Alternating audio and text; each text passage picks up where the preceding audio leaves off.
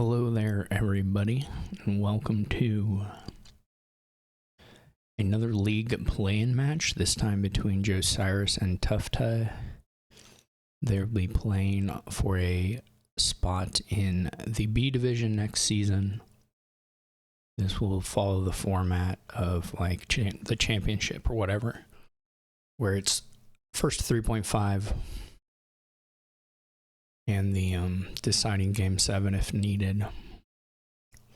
So we could be in for a long one, but what else do we have to do anyway?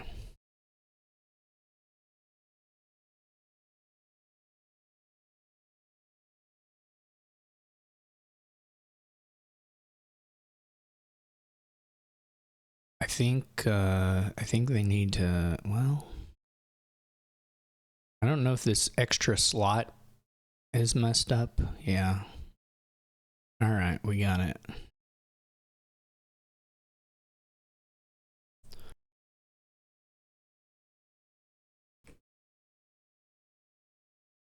Hopefully, I don't know, they got spec chat off. All right.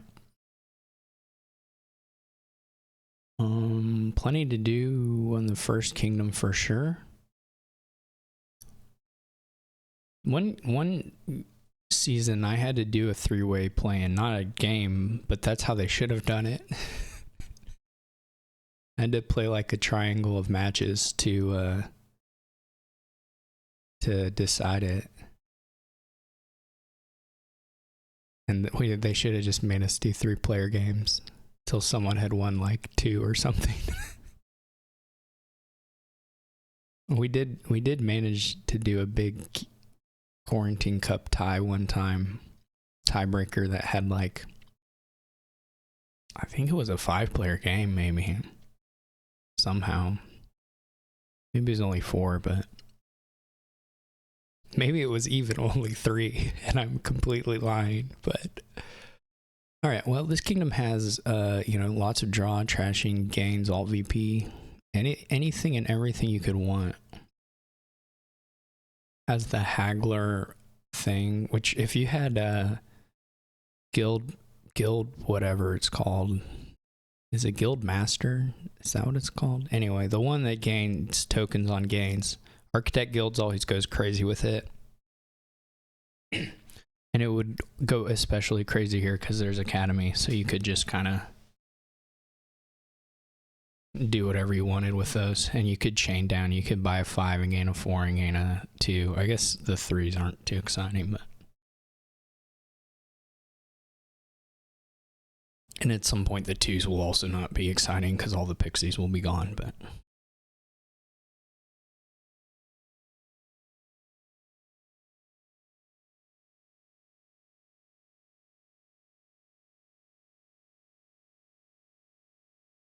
I'm also eating breakfast lunch, so if I stop talking for a moment, that might be the reason.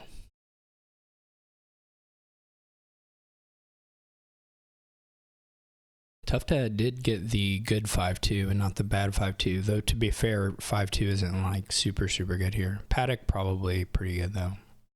We have the reckless groundkeepers, which are funny. Still probably worth doing. What you really want is like groundskeeper with like reckless nobles, you know, so you can reckless mill or something, so you can keep gaining green cards forever and ever.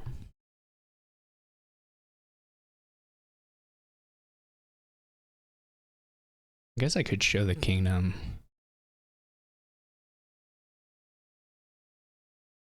I don't do a very good job of doing that in these videos. This is the kingdom. Here's what all the cards are on board already. There are a lot of things. We show all the boons. I never use Kingdom B. Remake. Yeah. So they both go remake. I think I would have gone for the Paddock for sure. I mean, Academy is just really good here.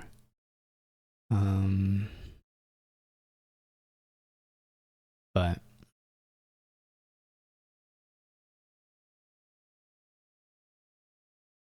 I mean, to be fair, I do think with militia, the trashing is a little better rewarded, so it's still not crazy. I mean, I can respect it on the 4, particularly. I mean, in the Pixie's such a good buy here. You get to buy a Pixie after you play a remake. The problem with the remake is that there are no 3s. The 3s are terrible because it's just silver, but you can still get some value out of it. Yeah, I like the paddock. I would have opened paddock, but I'm not like mad about the remake.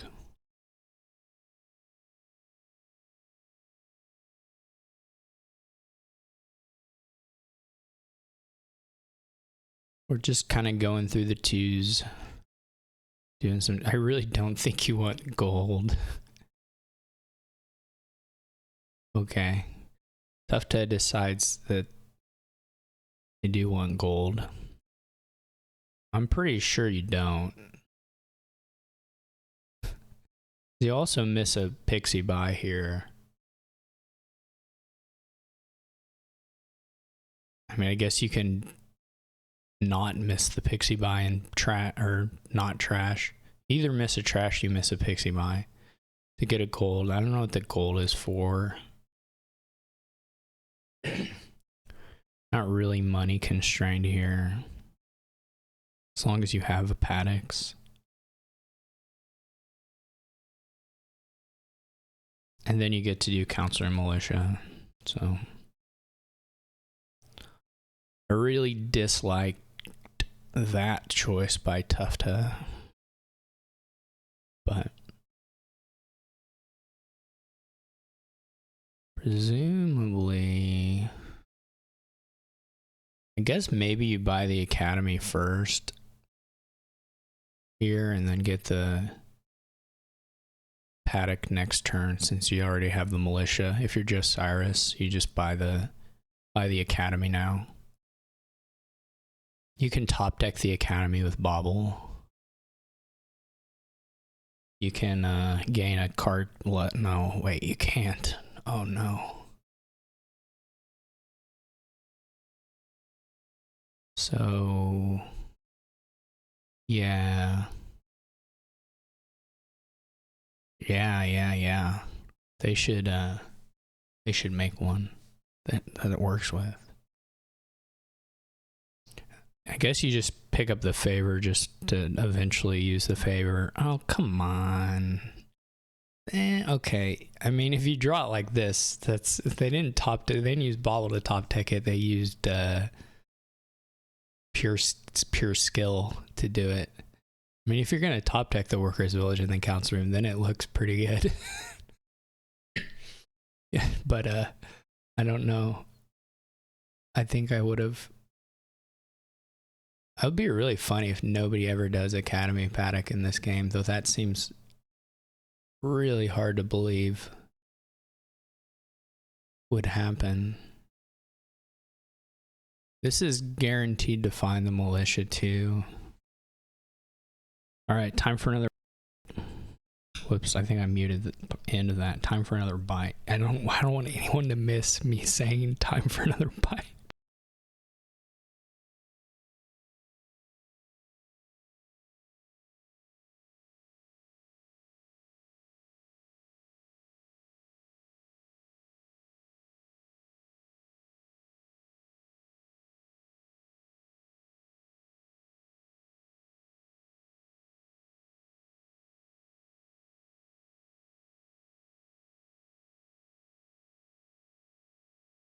Yeah, militia or lighthouse does make the council room stuff a little bit less appealing. I mean, council room's still reasonable to have one of here,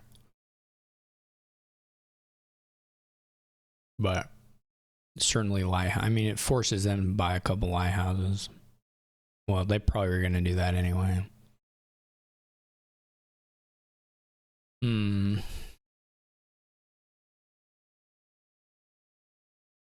Imagine. Do they have?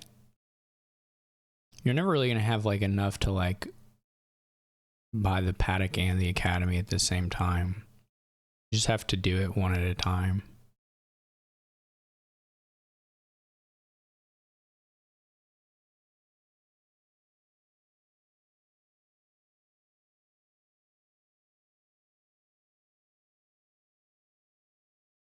I wish this board had Guildmaster. I'm really glad Guildmaster exists. It's good that there's like one favor printer that can go like bonkers with stuff.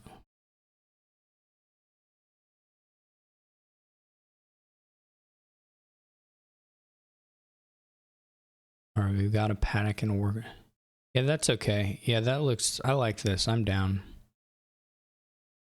I mean, I would have maybe thought about the Academy, but... This is a little sad in that you have your Wisp and your... You had a couple of your cheap ones, a couple of your cheapos right there. If you hit Fields now, you're lucky. Luckiest person ever. Finding the Workers' Village is also probably good enough. Bottom deck of Workers' Village, which probably isn't super meaningful here. You need the money to buy the Academy anyway. There's a world where if you don't have the 2s in hand, you know, your Wisps get you through deck and you get to play everything. And then you're in like Academy Lighthouse buy mode or something. Yeah, I mean, you could skip it. I mean, it's like a question. It's like okay anyway to hit your price points, and then, you know, it like they have to respond with the lighthouses, which aren't hard, but it is 2 gains, and they're, you know, they're still a negative kind of draw. We're going for the remake, which I think here it makes a lot of sense now that the... Yeah, I mean, I think you could end up skipping it. But... Oh no, you gotta buy Academy there. I don't know, is there not a way to? I said I like the remake, but I don't like the remake. I think you do need to buy Academy. But whatever. It was nice that, oh,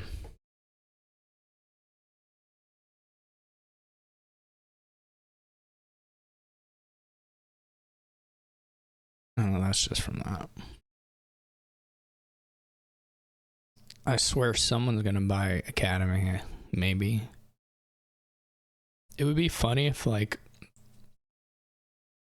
a pile just went fast enough, then you don't actually have to buy Academy, because then, once you reach the point where the Academies are non-terminal, if you get that far and your deck's functioning, you probably have enough villages anyway.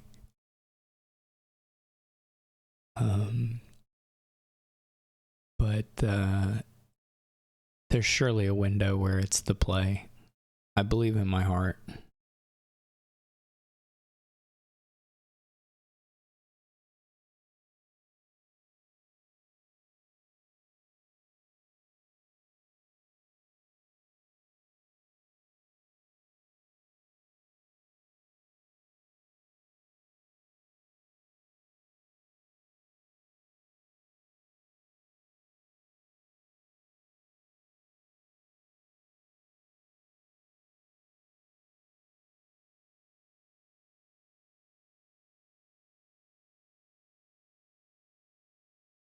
An upshot of a tufftaeh match is lots of time for bites. I probably shouldn't. I mean this in a friendly way. I expect many of these matches commentated. It's all good. I'm not meaning to be a hater.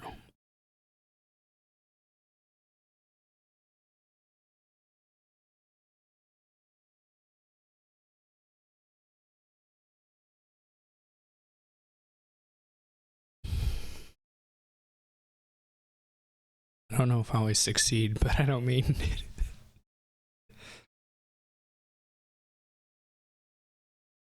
No Academy yet. We had a Workers' Village and a Militia. Okay. I don't know if that's the buy. I'm a little confused by that one, but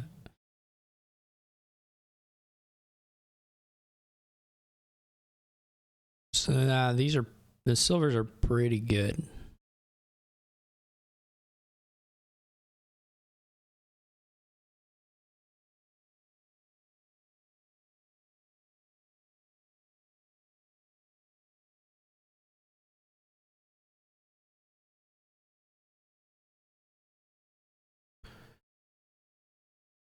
How much money are you gonna make here?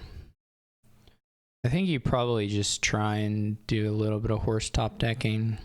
Probably play one paddock and then the wisp. Didn't exactly work out. Sort of the worst outcome for that. Actually, just the worst.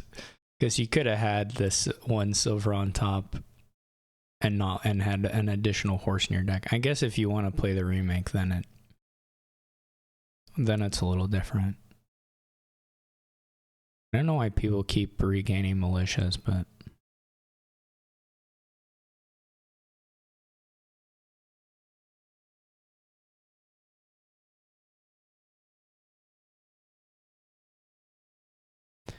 I mean, I get it. It can be remade or you can play it, I guess, just for the money, but it seems a little weird. Like, I would probably just favor Workers' Village in that instance, which could also be remade. I swear, if someone doesn't buy Academy, I'm going to lose my mind. Because look, every turn you've had excess terminals. Also, I'm going to die. Yeah, they're going to buy Academy, but they bought the Pixie first. No, wait. No, not. Okay, yeah. Yeah, they're going to buy Academy. They just forgot to. That's funny. All right. We got it all straightened out.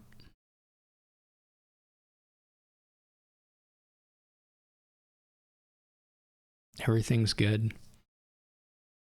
in the world. Well, maybe not there, but you know, in this, the buys for this turn at least, those are good. Yeah, I kind of think.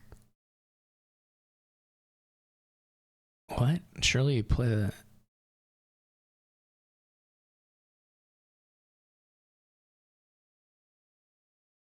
You had a what? You're just leaving some bucks on the table.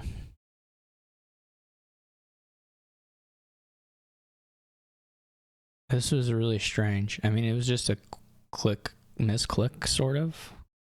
I mean, if you stopped and thought about it, there would never be any reason to do it this way.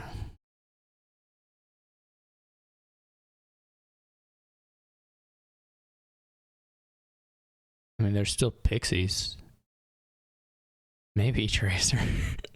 But they're still pixies, so like you would play the militia, you have the buys, you'd get another pixie. That was very weird.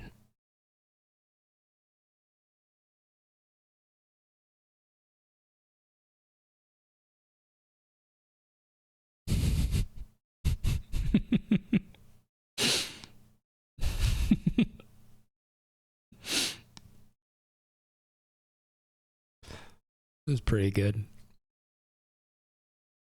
We got there. We went back.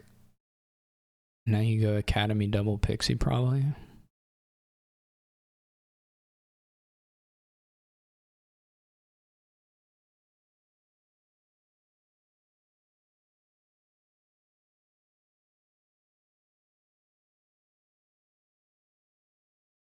I go Academy double pixie, I think. Maybe Academy paddock.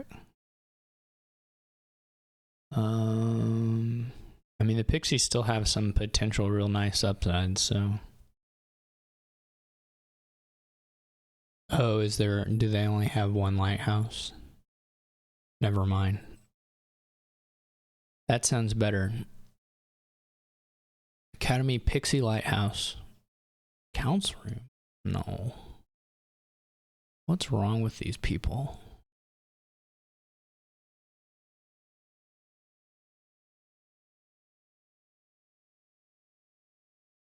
The council room is like super hard banking on Josiris not. You need to play the Pixie at some point before that. No, you got to play the Pixie before your last cantrip in case you get like Sun's Gift or something. I mean, I'm not watching the boons, so maybe Sun's Gift isn't even in there. But because Wind is going to work the same pretty much whatever order. You want to have a cantrip. Anyway, this is all fine. Josiris is way ahead because Josiris is going to be able to start doing the actual good stuff here now. Horse printing, remake nonsense. There's a real limit to how many. I don't know that I would just be like, oh, I gotta trash my horses right away. I don't love that because, like, who cares if you have more workers' villages? But I would certainly need to stop and look at things a little bit longer.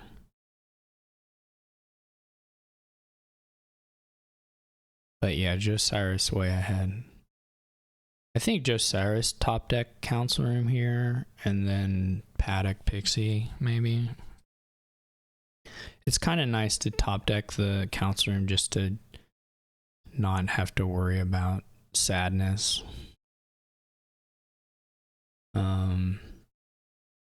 Which is always pretty good to not have to worry about. Piles are low, that's true. But only one of our players, I think, has much threat. Don't like the province. That's, I think, a little premature, but you do at least get to bobble a paddock out of it.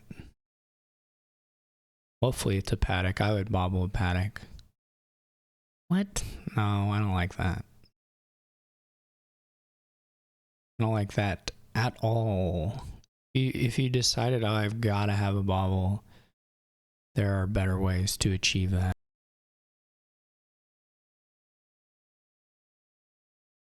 In my opinion.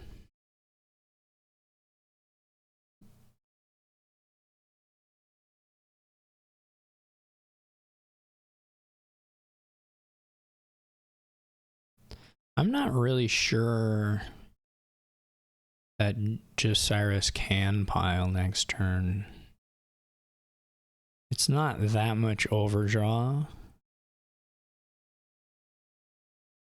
Maybe, but I'm not even sure then.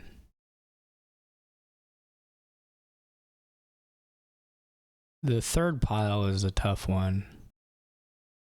Two of them are pretty easy, but the third, you don't have that much money though, I don't think. Not if you are changing things into Workers' Village. I mean, if you say the third pile is estates, then surely the third pile is lighthouses. I mean, that's got to be more realistic. I mean, if well, maybe. I mean, you could get a gardens. It's not impossible for gardens to be like easier to gain than an estate in some sense. But yeah, still one estate, 6 lighthouses. But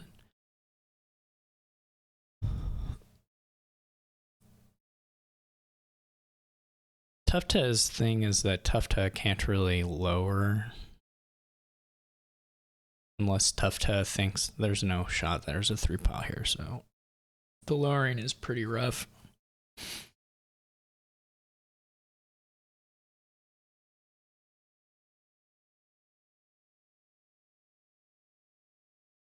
Thank goodness for this other council room. Oh man.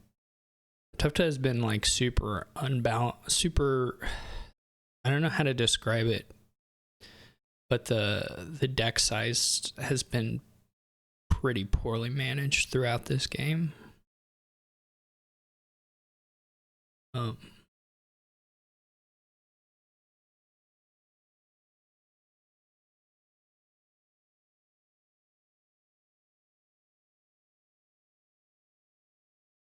Which normally you think of as being like a too little trashing issue, but here it was more of a too much trashing combined with some of the wrong gains.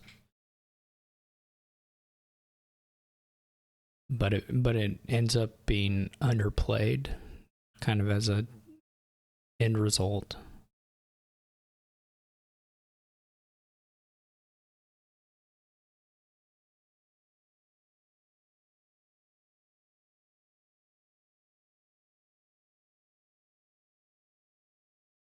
Like I mean, there are some consistency reasons for having overdraw or payload reasons for having overdraw. But if you get to the end of your turn and you're holding a council room, it's not a great sign.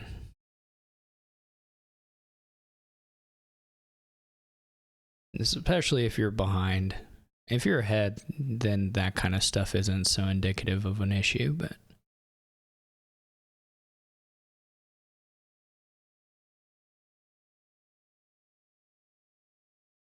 all right, we got more baubles. The kids love baubles. They're flying off the shelves. We'll find out if we think Josiris can get to the 3 pile here. I'm gonna make a prediction now. No.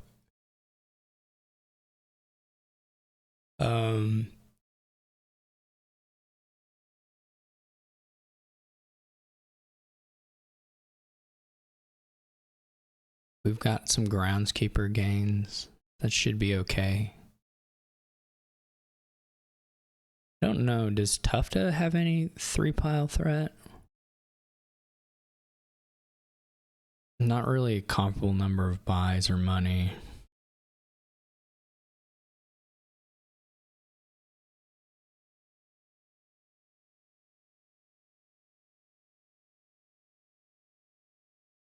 Did you just lose the other remake here?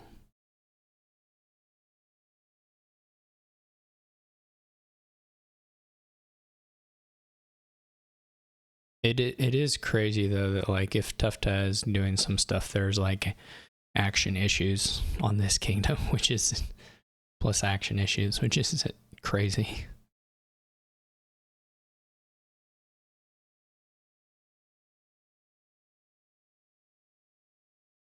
Says, I guess, I mean, based on the past buys, I'm going to expect another province, and I think that's not, that's fine here. I didn't really like it much on the previous turn, but so I don't know what we're going to pair it with. Maybe a top decked council room. Well, you know you have a council room in the 4, so not a huge deal, but I mean, if you do want to try and 3 pile, the overdraw is quite helpful.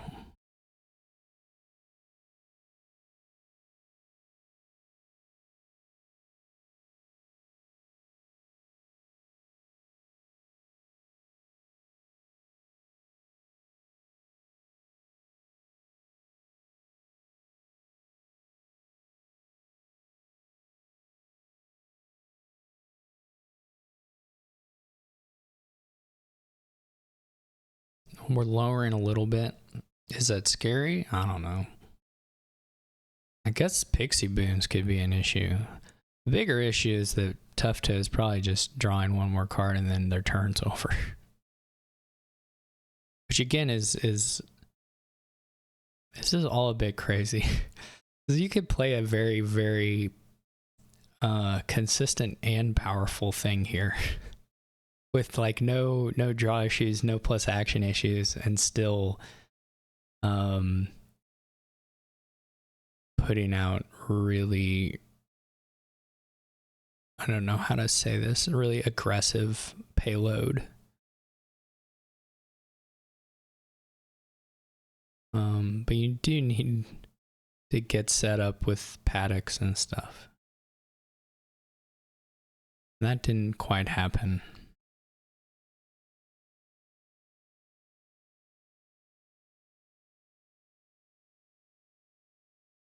It's hard to imagine you don't blow this up, even if, you know, even if you're done here. Like, force has got to be probably helpful. I mean, certainly you can spin it being the wrong choice, but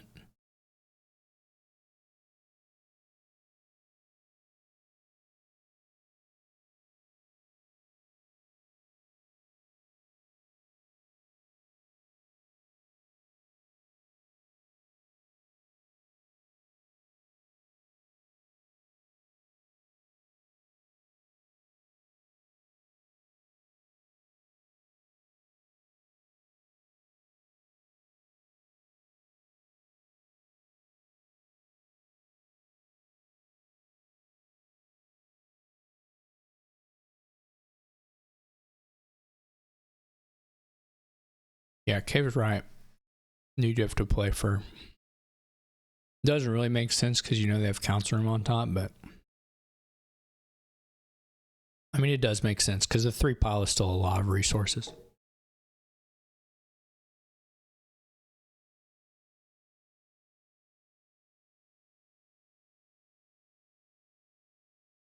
But yeah, just meaning equality in points here doesn't do anything for you. Most likely.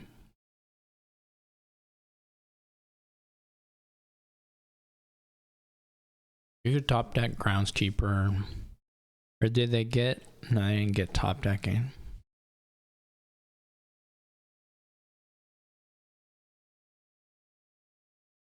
That's true also. They didn't play Lighthouse either, did they? Is that Lighthouse from the previous turn? Yeah. They didn't play the Lighthouse, so Josiris can do the extremely mean thing here. If they can't find a win or anything, of just regaining the militia and smashing this turn down to like Workers Village, council room, after drawing it up real big. That probably won't be necessary, but I mean, okay, they found this second council room is going to be a big deal. Oh, and C's gift is huge.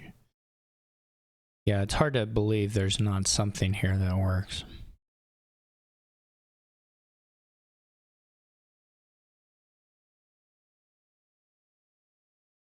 The workers' villages are easy, so then it's just like, do you have...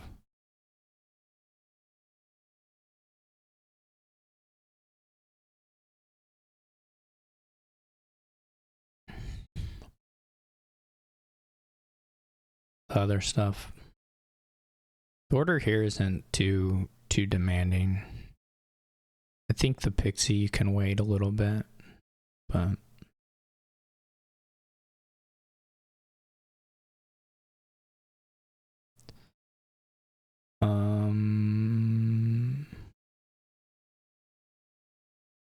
Because you can like gardens... You can gardens for your points. I think that's enough. I'm not exactly sure on the deck size, but I'm sure it's 20, so that's enough. Trying to check the overdraw. That looks a little tough to me, but I mean, I'm sure you can do it. I guess whether you can do it and get the other piles is a question to me.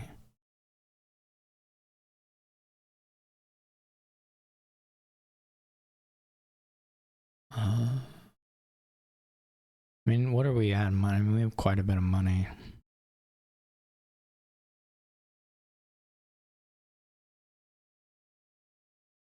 You only need 16.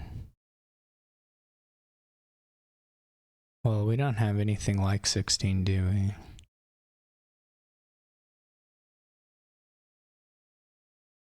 I'm not 100% sure.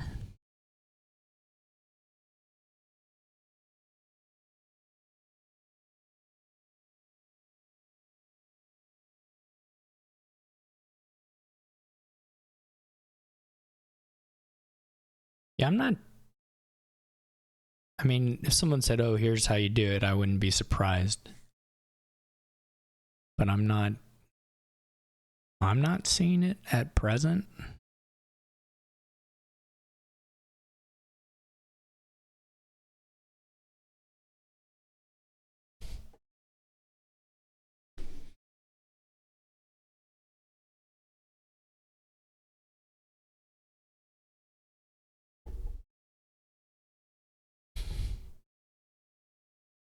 It's not a lot of draw, Cave. Paddocks aren't. Not if you're trying to also remake some of the horses.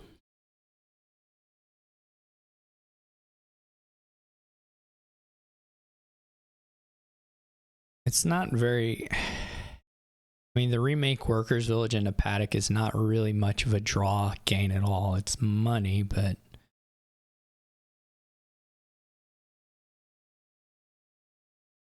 There's also then a buy issue. I mean, you have baubles, but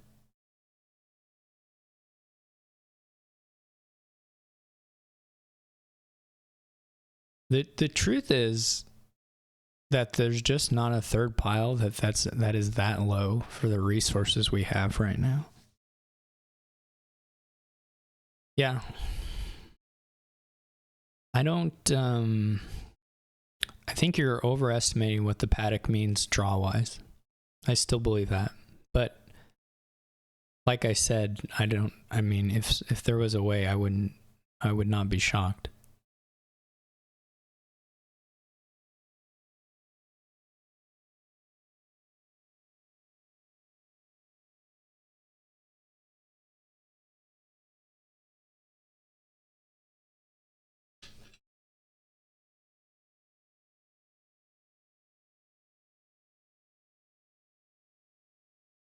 There's so much money, crab cap.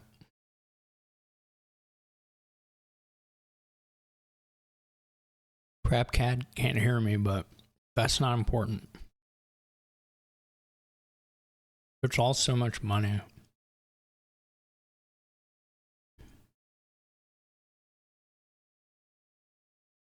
Four horses.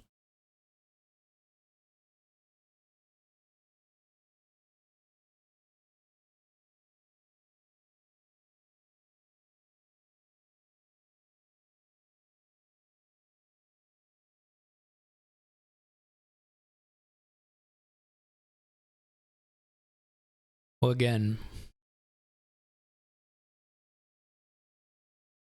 well, maybe not.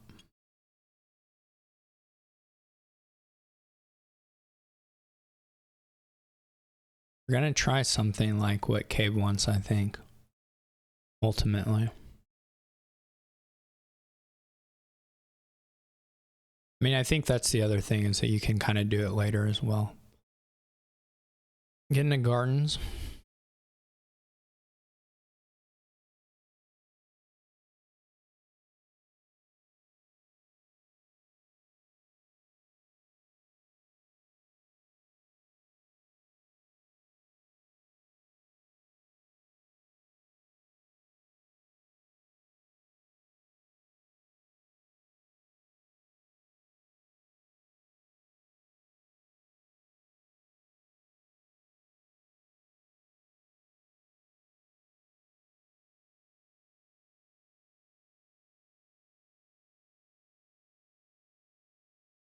Would have put us at 10. Isn't that short money still? You need $18, or you need $20.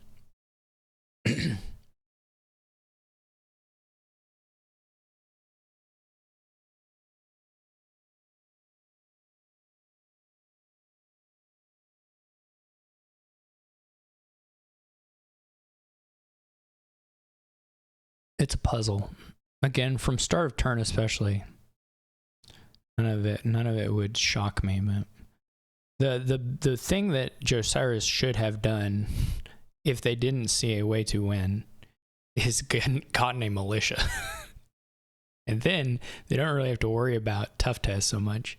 But now they've lowered stuff and they have not won the game. And so that means tufftaeh has a lot of things they can probably do.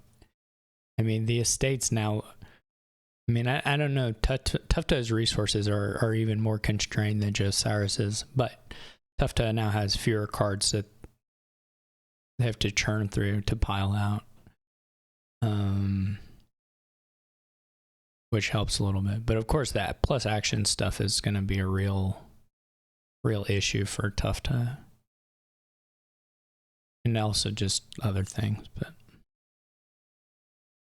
for sure if you reach that point in the game or the turn and you don't have a win, I would have gotten a militia.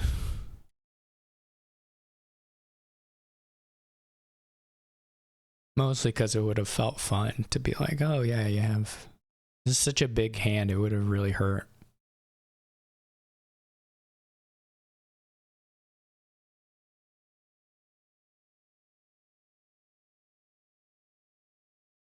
I wonder if there was any angle like lighthouse to silver money angle. I wonder if that ever helped.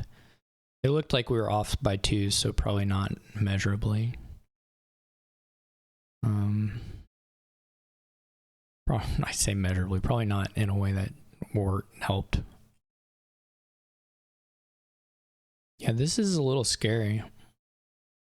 If you're Josiris.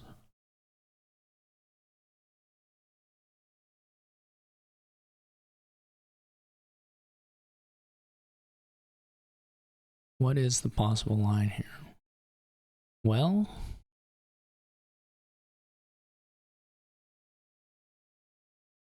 I don't know.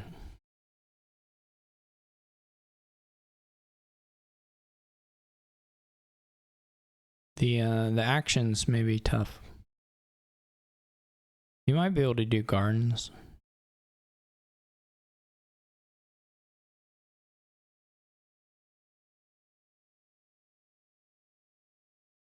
I guess the money is probably...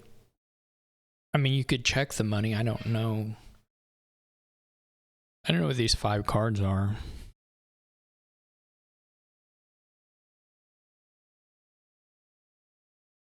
But 7 horses is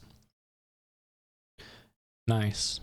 Yeah. I agree, Cave. You're gonna need to activate the paddock.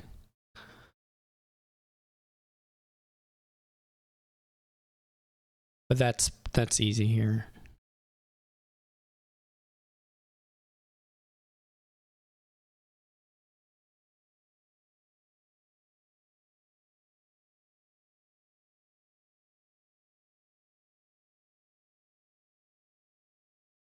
I mean, you don't have to... I just don't... There's no point. Like, I don't... The questions are all answered by what these 5 cards are, and I don't know what they are. So, until I see more of them, there's just no point in speculating. There you go. Duchy.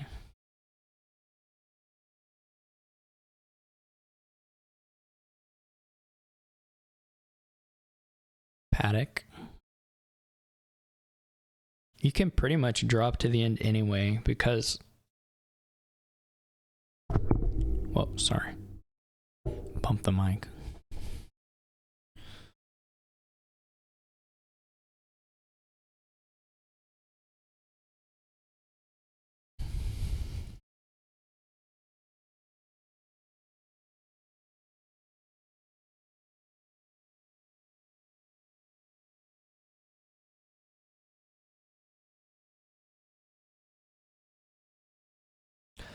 Just play the other workers' village.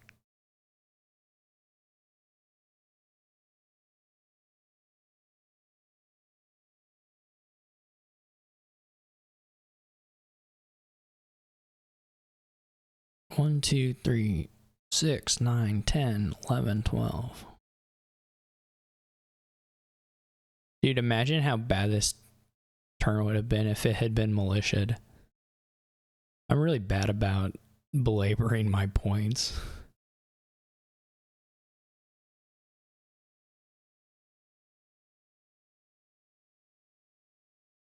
I get real fixated on what I think was like the mistake of a game or a turn. Won't shut up about it. Horse goes to workers' village. Horse goes to... I mean, surely your line has to be another remake, but I still don't know if you get there. You can get down to 5 gardens quite easily. I guess the question is, can you get down to like 3-ish gardens? You might have the money for that. You're not even gonna have the money for that, are you?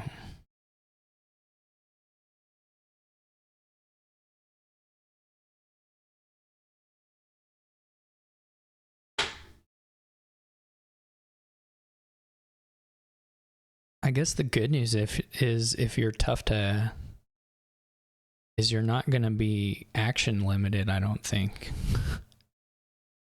Which is a little surprising. If you can get down to 1 gardens, Definitely you can win. Two gardens you can do for sure.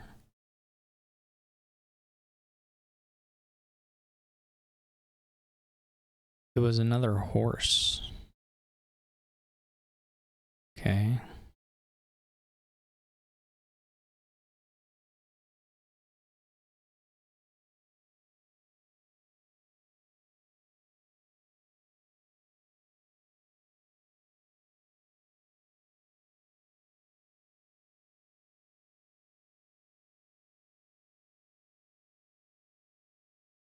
You could get up to...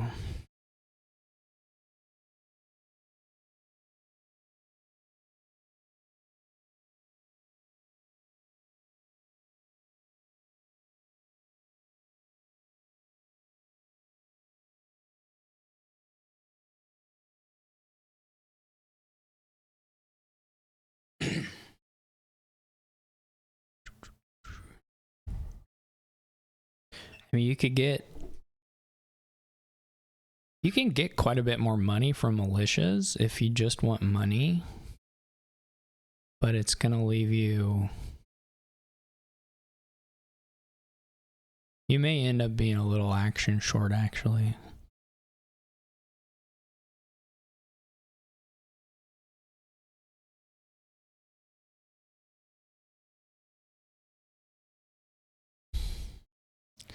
Unfortunately, lowering the remix doesn't score you points.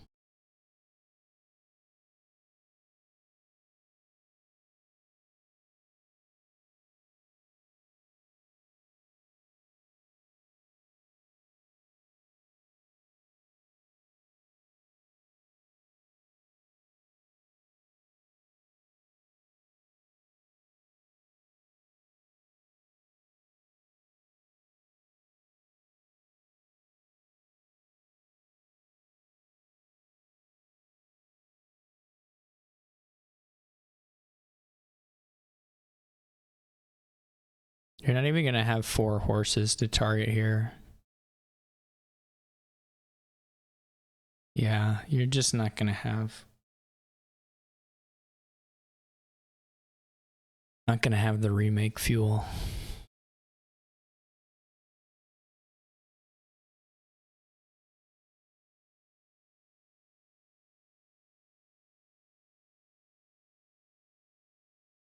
Alright, I'm gonna be right back.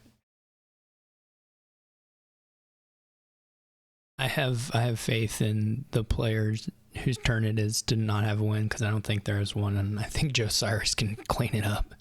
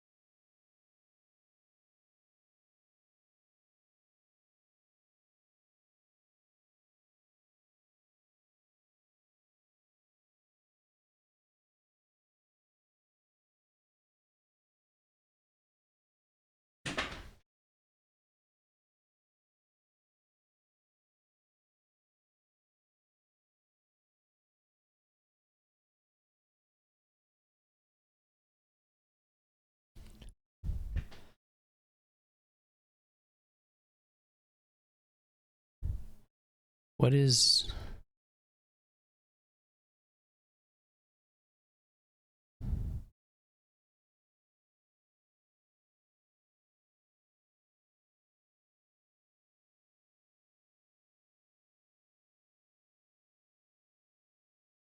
Has Crabcat been like looking for 2 piles? I don't...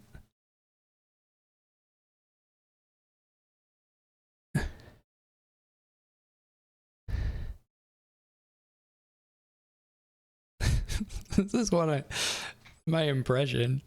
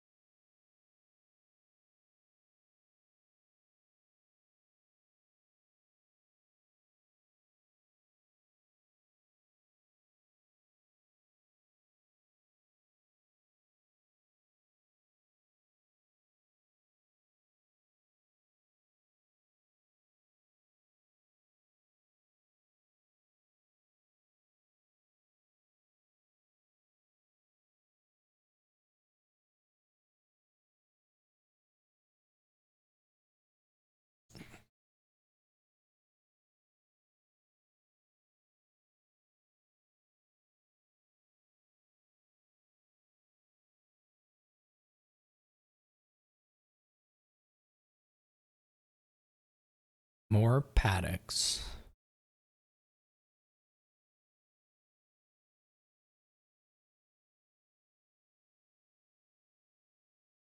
Well,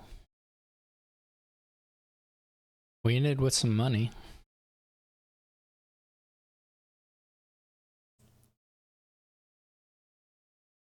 Compile out losing.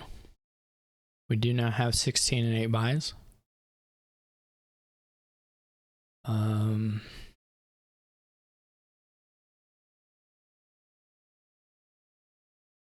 This feels like pointless, but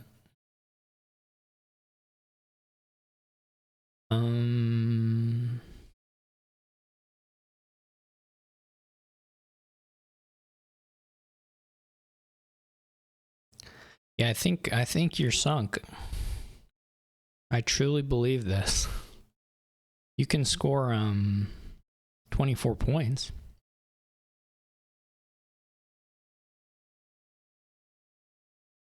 Which is a lot of points. I think maybe an interesting angle here. I don't know how viable it was. But let's say you can't get a 3 pile, which I don't think was in the cards. What if you had angled for as big groundskeeper estating as you could? Like, what if instead you tried to outscore Josiris by removing the cheapest green cards and playing lots of groundskeepers? How much of that could you have done, and would it have been enough to prevent what would have then become like a Gardens thing for Josiris? This is an angle that one could check out, I guess. I'm not really seeing other angles. Now we're just not playing. Yeah, that is the other one. That's True Cave. That's the other one to check.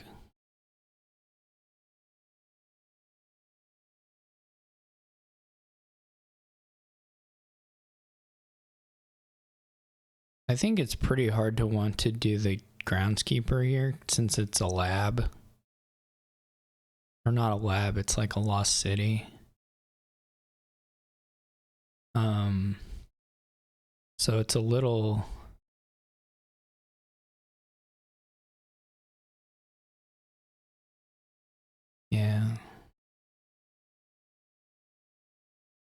You don't get very many estates, though, is the thing. You just don't have very much money here, so you don't get a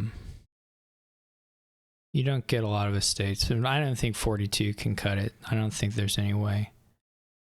Not, especially not if there are estates left for Josiris to score with as well.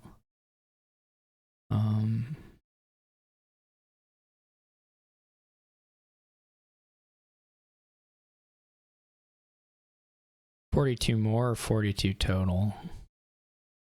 42 more is not bad.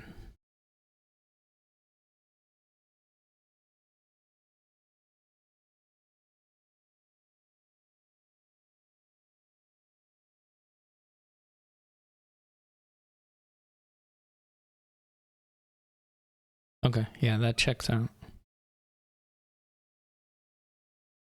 You surely could have done a little bit better here on this angle without churning through the number of remakes that you went through.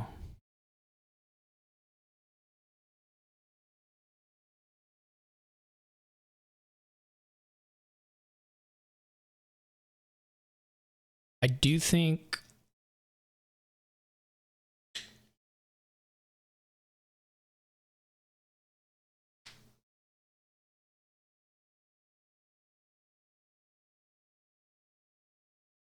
Josiris is probably going to be able to get there on gardens.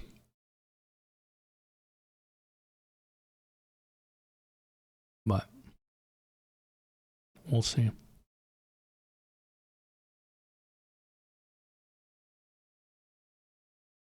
Surely you could have, like, if you don't do the wheel spinny remake stuff, you surely could have gotten in either another Groundskeeper or a couple more estate buys.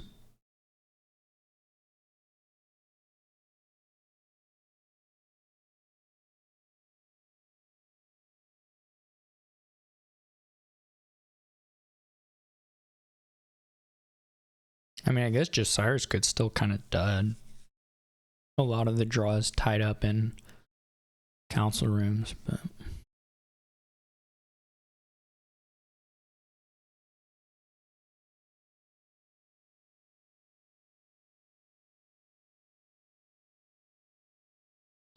gonna take those.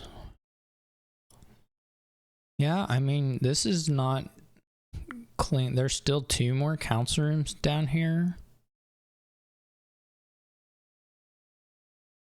I think.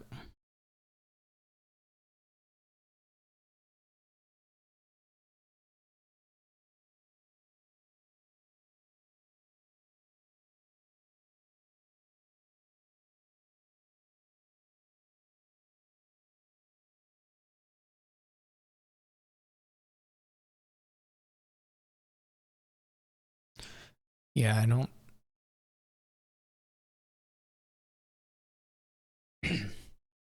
The problem is Josiris can also play a bunch of Groundskeepers now. Really quite easily. Or whatever line. There's got to be a million from here. This is just so much extra.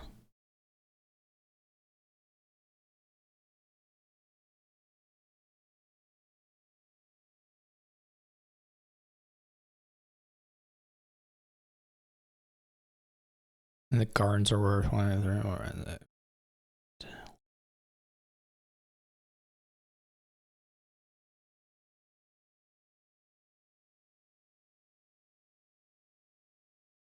They're close to 40 point, or close to 4 point on the gardens counts. And will be there by the end of the turn.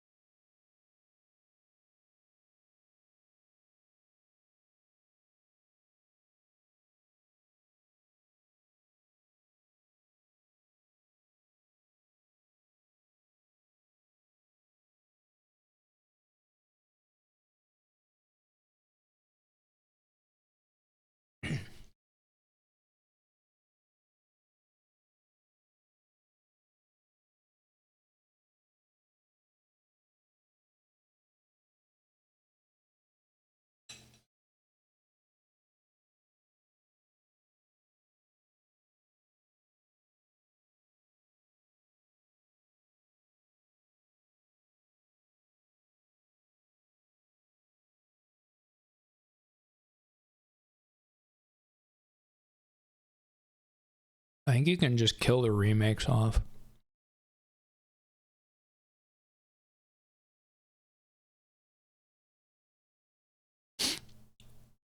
Or whatever. You can kill remakes, and the cute thing about the remake into Groundskeeper stuff now is that the Groundskeepers are draw. So as you kind of alternate these things with 4s or whatever, you get a little extra draw too.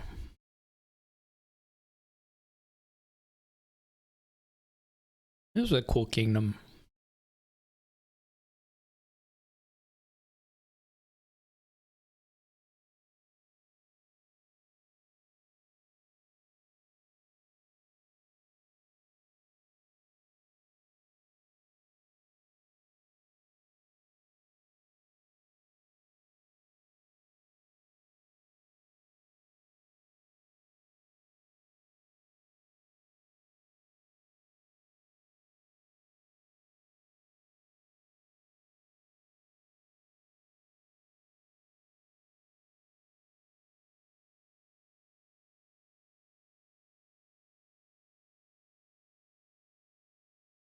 You really can just kind of click the cards at this point. It's not going to be close. You just play the, well, whatever. You can just play the 2 remakes, or you can play the Workers' Village and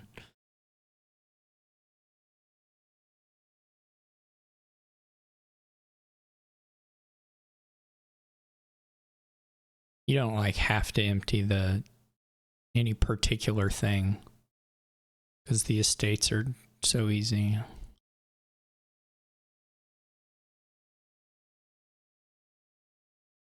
Make sure to activate the favor one last time.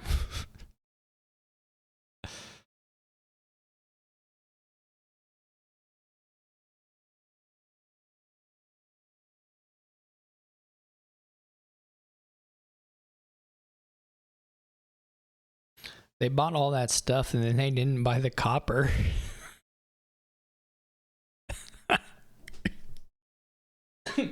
they like sort of maxed points, but then just stopped at the very end.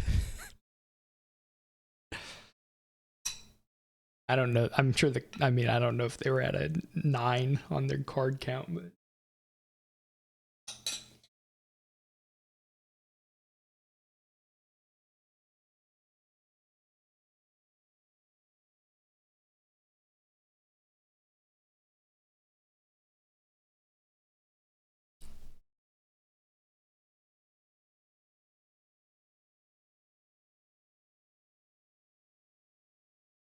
no, they messed the order up, which is good because this board sucks.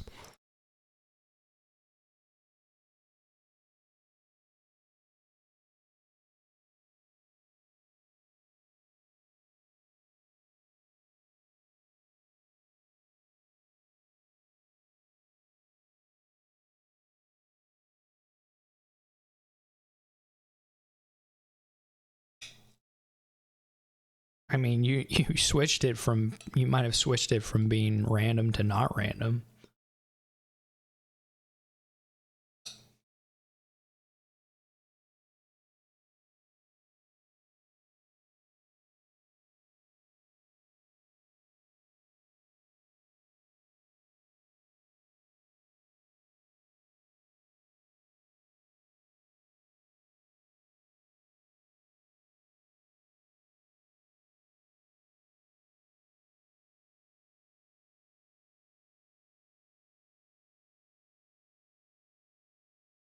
They're not playing 6, they're playing first to 3.5 cave. At least that's what I was told.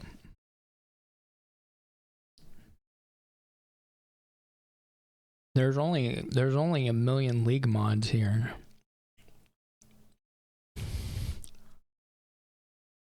Someone tell them what to do.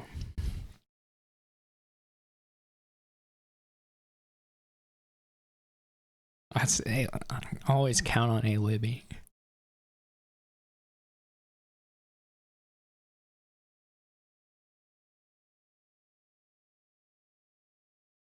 It kind of matters for these kinds of matches. Like in a league match, you can just fix it later if no one cares. But in the first to whatever, it matters a lot, actually.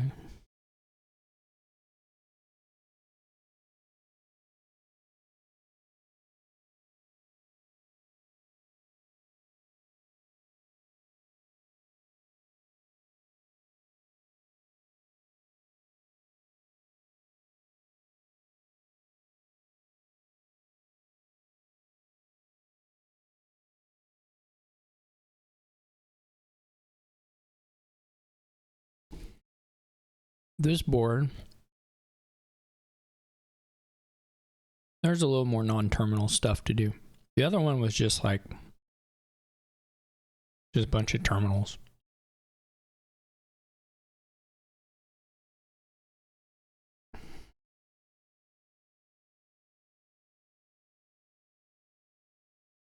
Another Groundskeeper board. No reckless Groundskeepers. You can probably you can probably do a groom thing. You can probably bide your time for a while.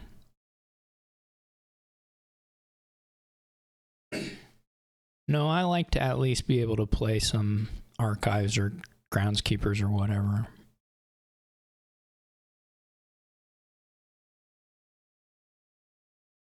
There's tools. Tools is awesome.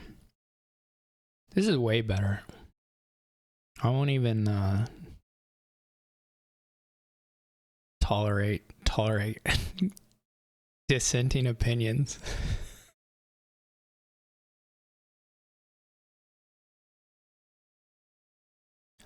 Yeah, I like the idea here that you're kind of stuck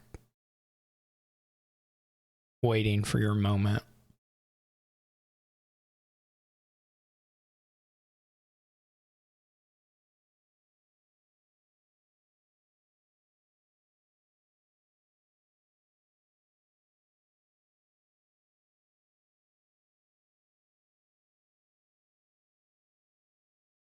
But there's at least a moment.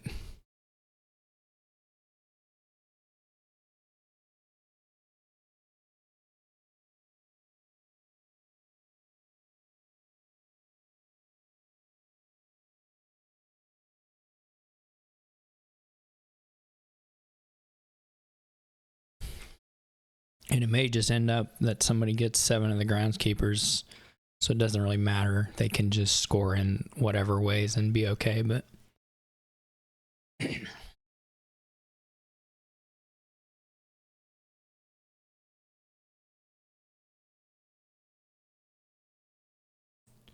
already we have some difference of opinions about what things to do to get there, so that's good. Goat herd versus monkey is pretty different, actually.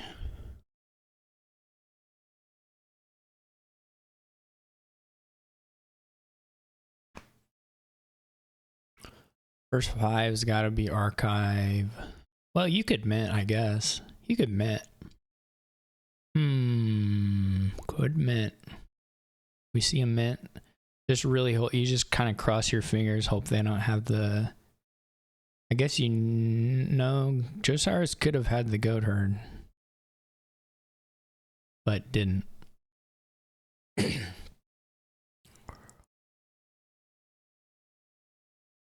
think you get a tools here.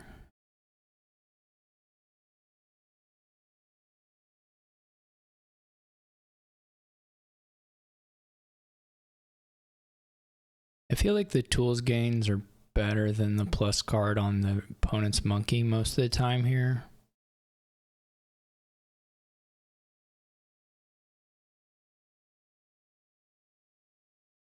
So I'm pretty okay with running those pretty heavily.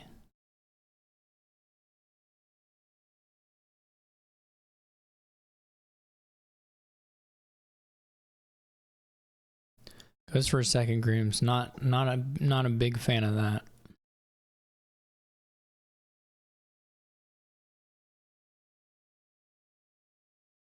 Oh, never mind. There's only 2 grooms. Whoa! I thought josiris opened with 1. Josiris open with poacher. I take it all back.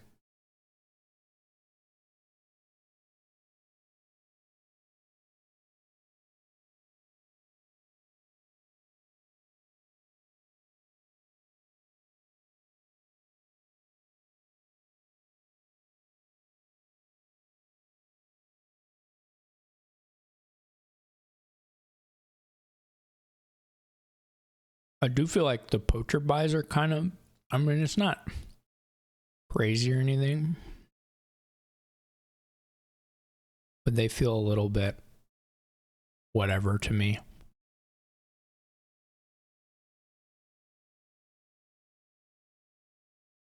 I'm just waiting for the tools. Tool me up. Right now. I know it comes with a silver. That's life. I don't know what that means, but Silver Archive or tool Silver Archive. They don't have their monk. Oh, they do have their monkey.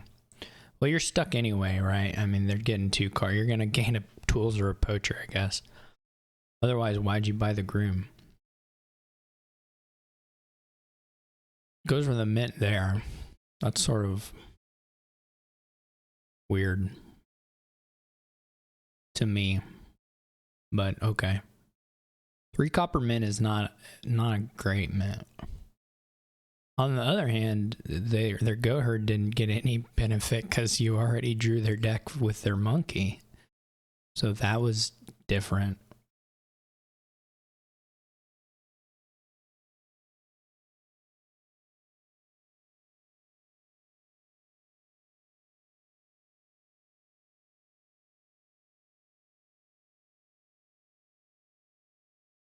I wonder how different this game looks if Josiris has the goat herd in hand at post tufftaeh mint.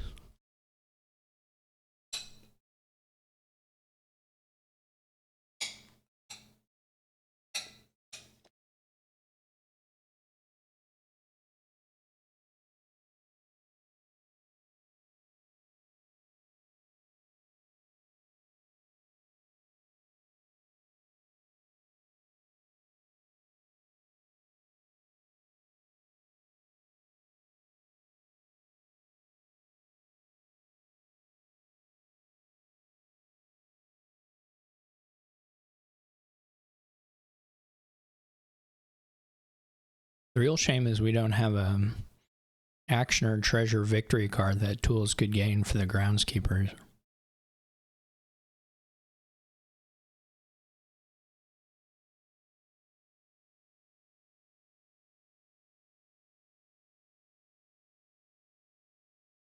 Then we'd really have a situation on our hands.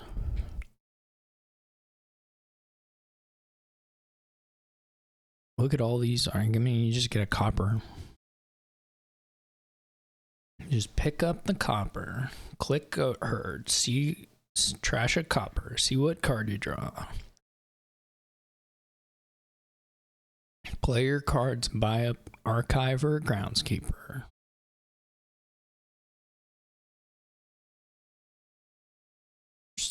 Stuck grooming for another tools maybe.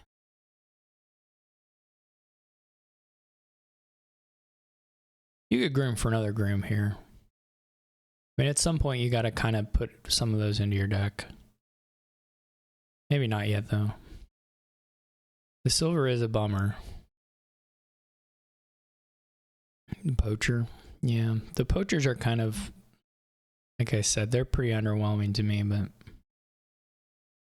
alright, we've moved into Groundskeeper phase, I guess.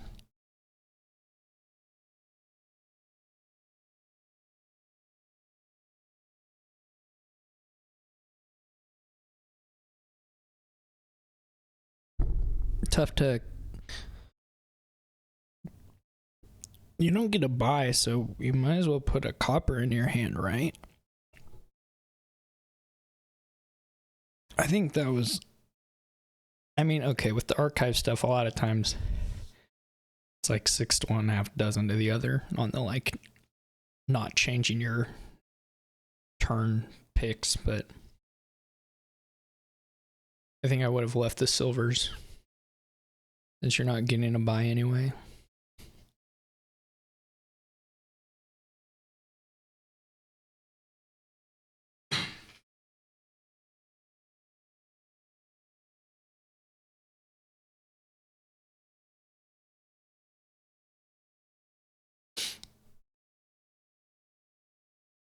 I kind of wish that Josiris had just bought another archive, but rather than this Groundskeeper, I think it would have been pretty nice to get these 5. There is a horse down in here, so that helps a little bit.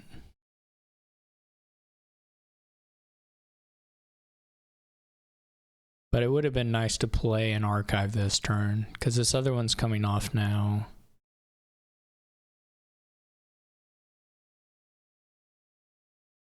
I think he just meant a tools. Well, that's not what Josiris thinks. I think I was for sure on Menta Tools team there.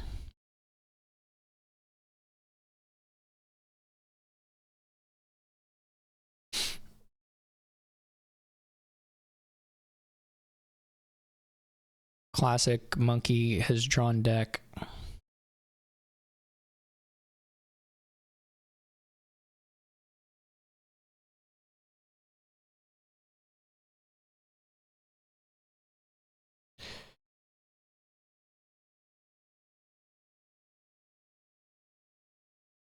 Yeah, I don't. Well, I guess the correctness of the one choice doesn't exactly depend on what they ended up doing with it, but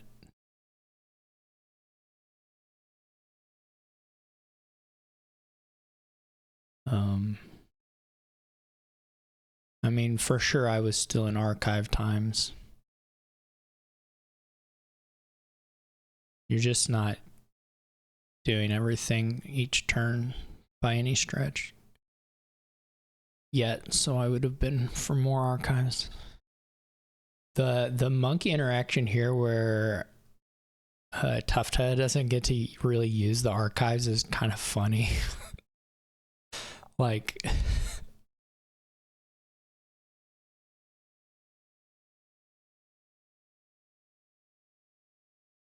it's not like it's hurting tufftaeh in any sense, but you could just have, if you're tufftaeh and you played your monkey, you have to sort of think about, they didn't have a buy at all, so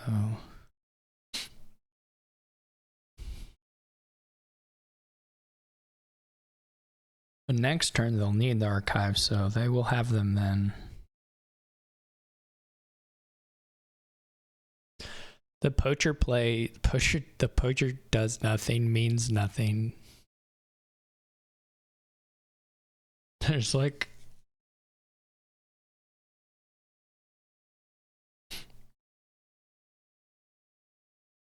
just a delaying tactic. It's a fight off the 4-minute clock.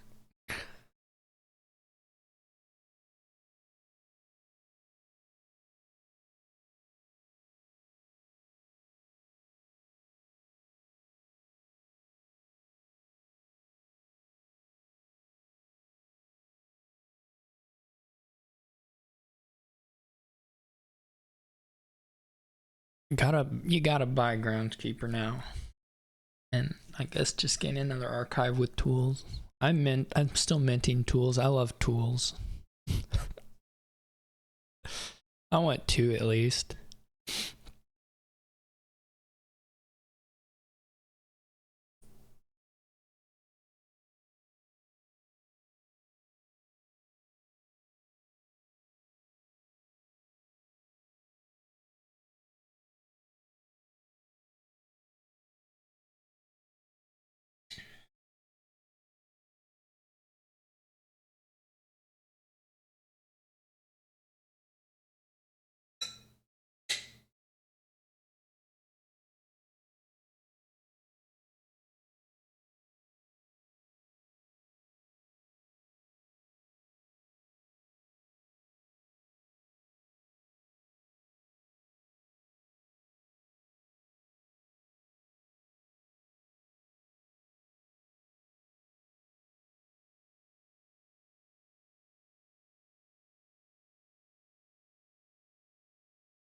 They're really all about those poachers. I mean, to be fair, it's not bad to have $8 in the deck.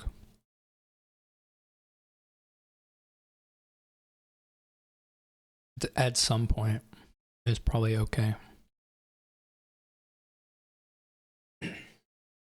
It's not real. It's not real impactful on the next turn. I mean, the horse could be. We're going back. I feel like I'm being listened in on. I know I'm not. I'm not saying that it's actually occurring. But it does keep happening with these undos at the end of turns. Go to her copper, yay. Okay. Yeah, this is that mint has been a real difference. And sort of the monkey, I mean, not really. Or I wouldn't ascribe it to the monkey. Certainly it would have been nice to have an archive played last turn. Like, that would have been huge.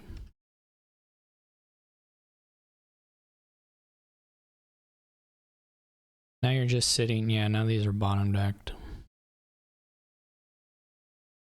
Whatever, but...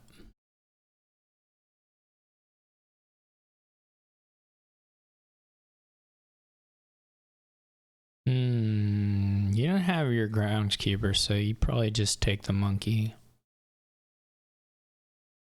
They trashed 2, or did they just get to one of them? Just one.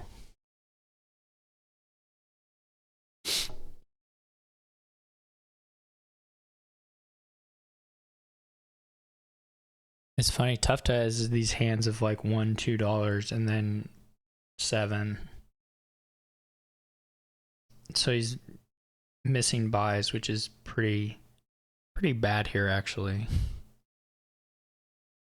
I don't even think it's a deck composition thing, really. It's just kind of unfortunate. Draws a little bit. I mean, part of it's the monkey. It's just like, that's probably the main story there, but...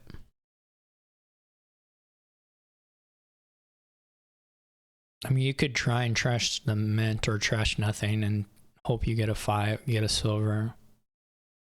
Or the poacher into a silver, whatever.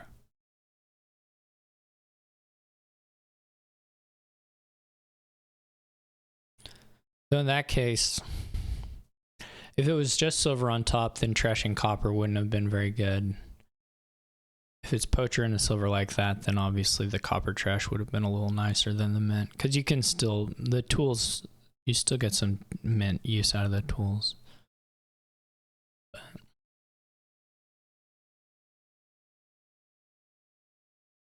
early on, I kind of thought Josiris was ahead, but at this point, I think you gotta hand it to tufftaeh. Oh, I liked tufftaeh's gains there. I guess on the monkey turn, you can be a little more aggressive with the payload and balance out the next turn. That's something. But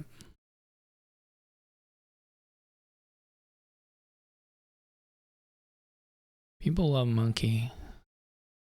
I'm not so worried about the monkeys here. I feel like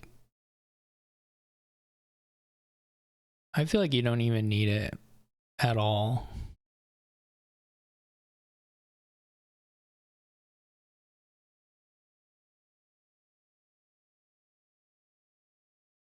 Well, I mean, I would never stop you. I would never dream of stopping you.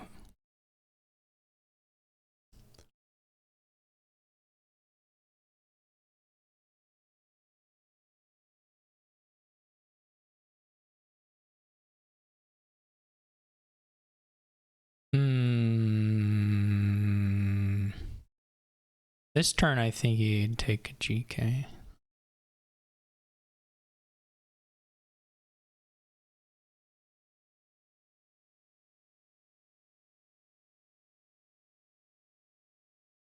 What's going to be really funny is we just never see any groundskeeper turns. It's just there'll be a turn where just the tools and the fives have piled, and that'll be it. That'll be the game.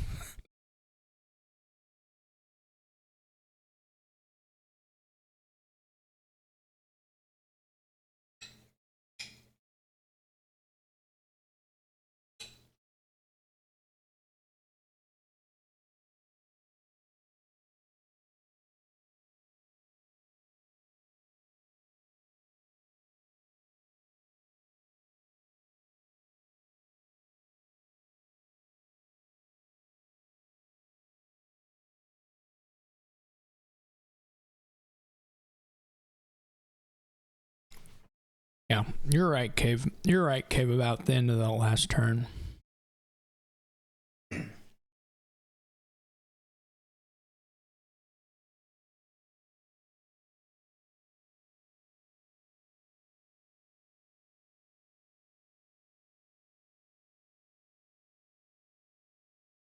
This is not.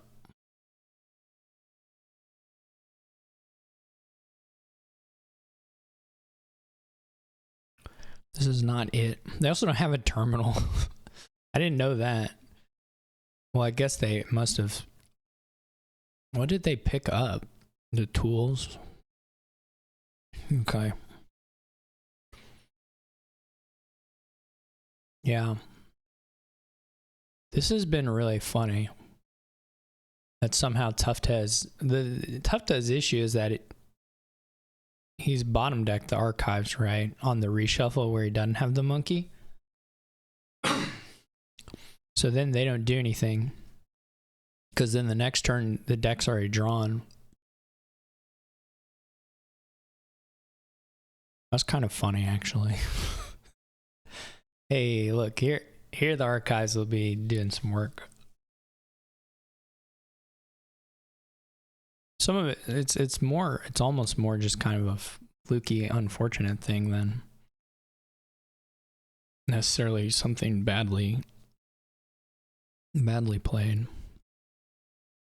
Now you can even set them up with Poacher.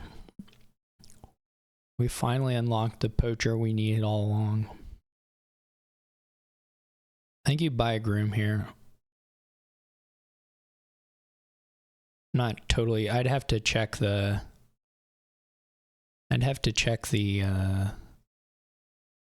6 cards if I was playing the game to figure it out, but second Groom is probably okay.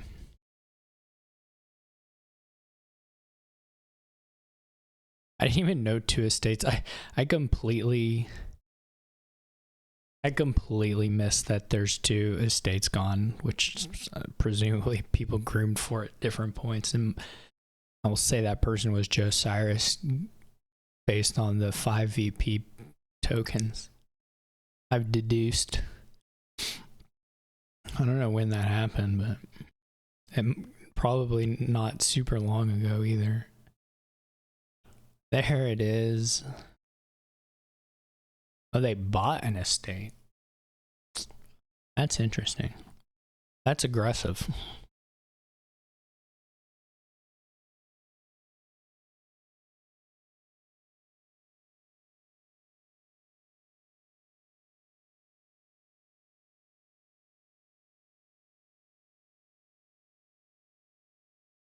What do you think the monkey's name is?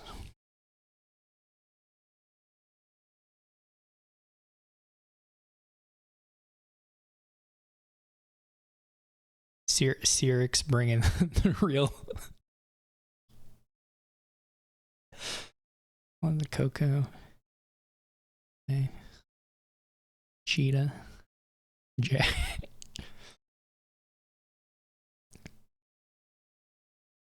Bitey. These are all good names for a monkey.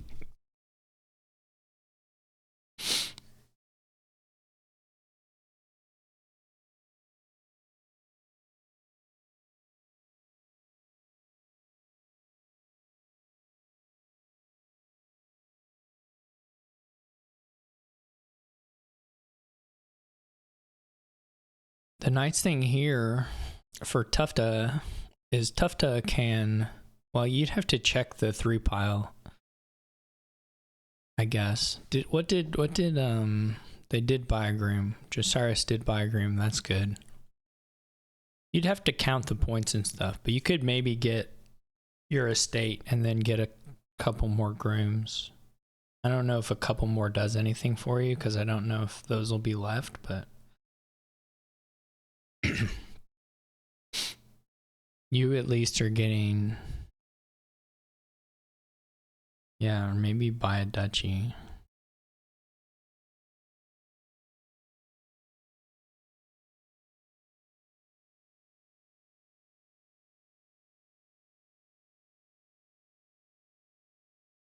Took a groundskeeper, I guess. Yeah, it seems like now... I mean, you'd have to count the points. I mean, it is whatever number of points. Maybe only 2.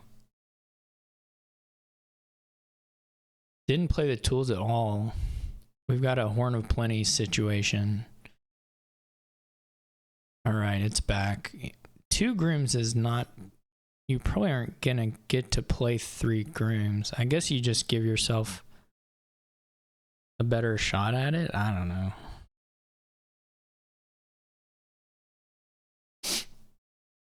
It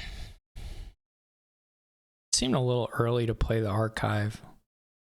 You have the poachers, so you could control the targeting a little bit, and you had a bunch of cantrips. So, while it may not matter, it did feel a little premature to me.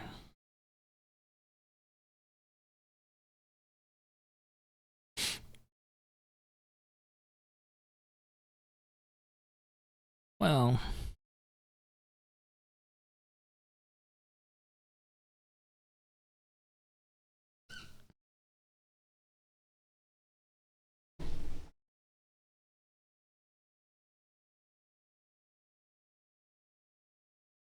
Maybe... Nobody...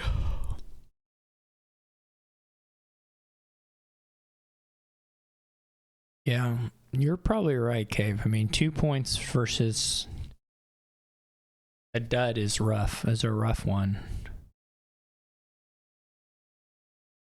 Maybe they'll just cantrip their way through a lot of groundskeepers and get lucky.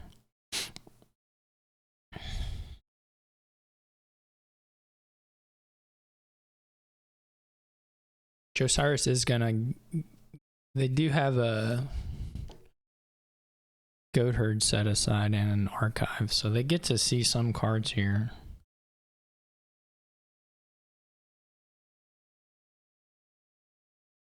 It wouldn't be that unlikely to get the estates gone here for tufftaeh. And with even like a decent number of groundskeepers played.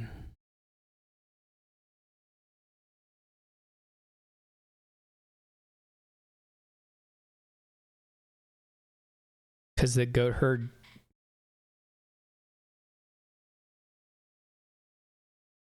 The goat herd trashed too, so they do have a lab on the set aside land.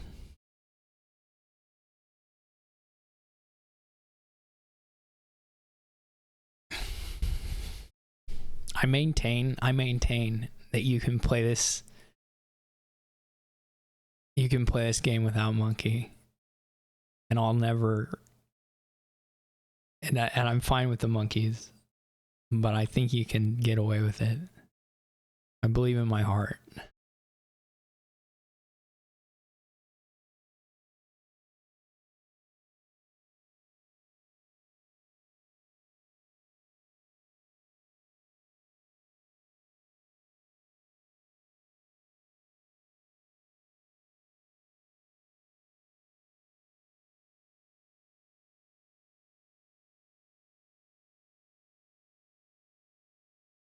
Yeah, but you can get 5 of them here, and then you can still play a terminal.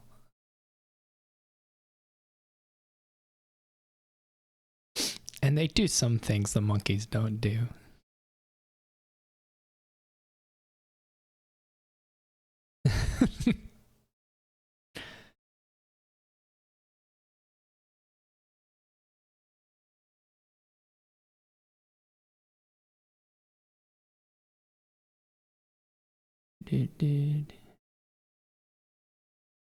Listen.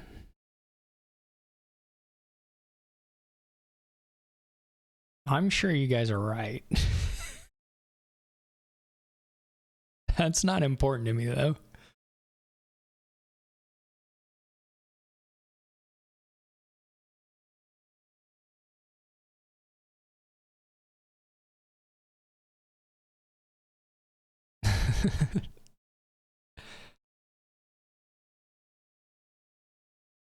We are indeed doing that.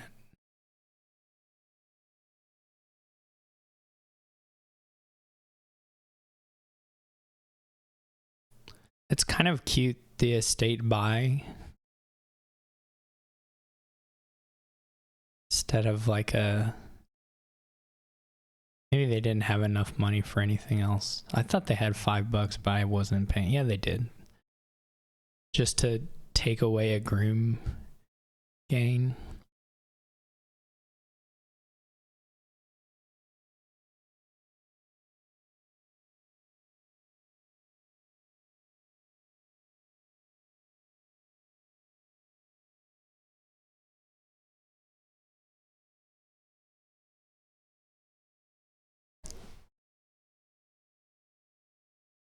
No, two groundskeepers.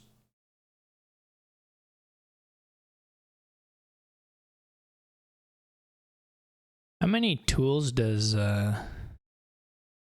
what's the tool situation here?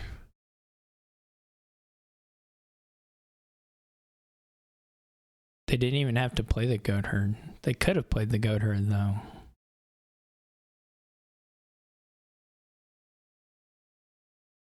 And ought to have.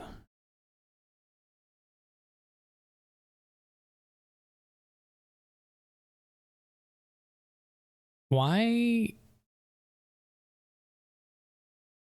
I don't get the estate trash at that point.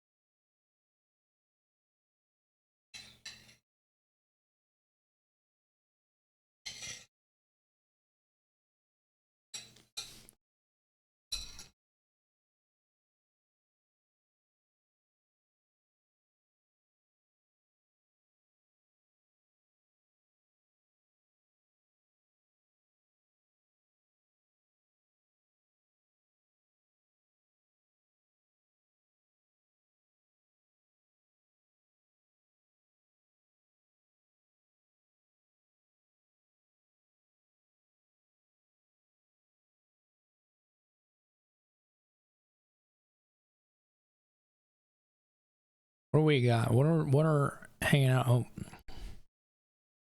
we're pretty close. I don't know. It's actually a little hard to get the points and the archives emptied.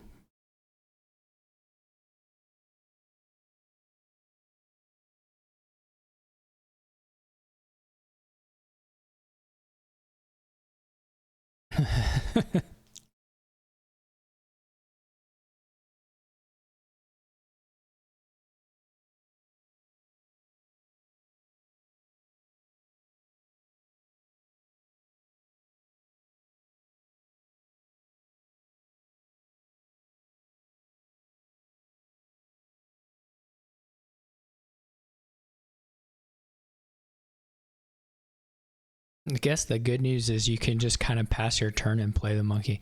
Though they're not going to gain a bunch of cards for you anymore. That was your last hurrah on that front.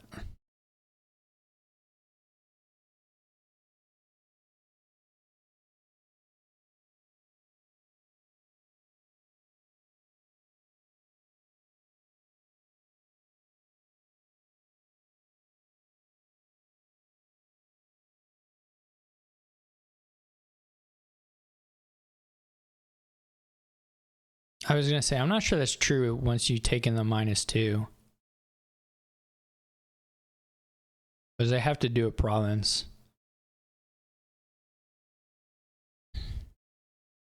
I don't think they actually can get to 8.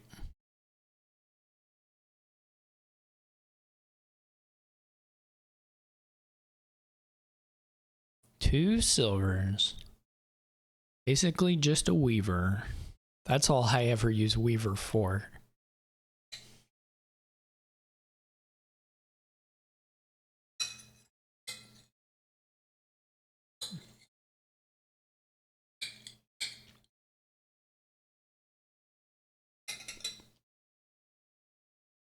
Weaver is funny because mostly when weaver's gainable, what you use weaver for is gaining other weavers.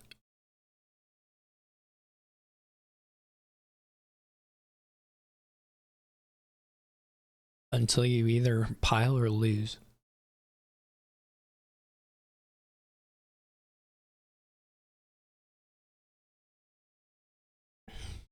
Or both. I don't even know that's true. What do we get? All right, tufftaeh got down to the end.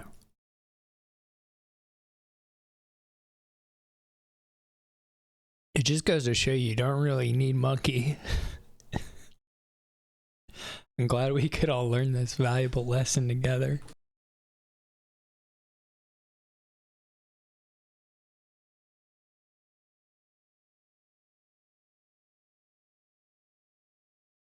Another groundskeeper board. What's going on?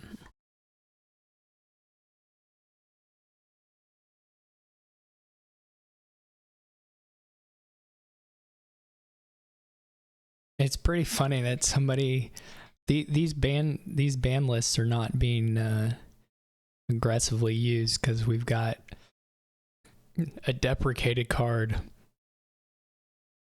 and not very many cards. So one of the players may just have an empty one.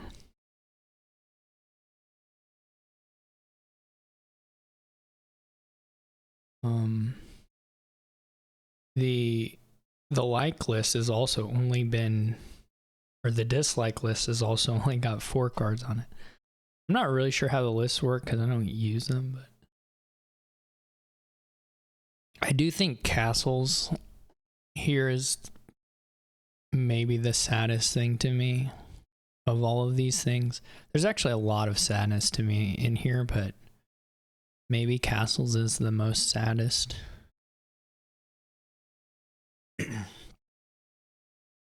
I'll rank them. Mask is really sad too, Sirix, I agree. I was gonna rank them. It's kind of hard. So the question is, when I do this ranking, do I need to account for the sadness being affected by the 0% and the 50%? Like black market, I mean, the leaders on sadness for me are black market castles, masquerade, border guard, tournament, ghost ship. I mean, even though ghost ship is deprecated, if it weren't, that would maybe be there. And probably legionary just doesn't really need it because legionary is awful most of the time. Not awful, but you know, people aren't going out of their way for legionary all that often. I mean, I appreciate all of these things in one degree or another, but at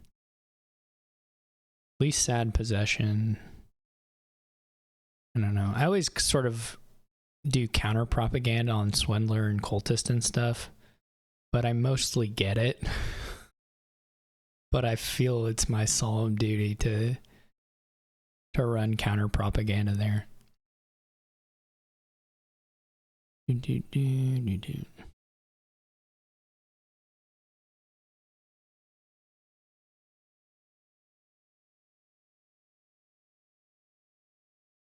I really like Masquerade.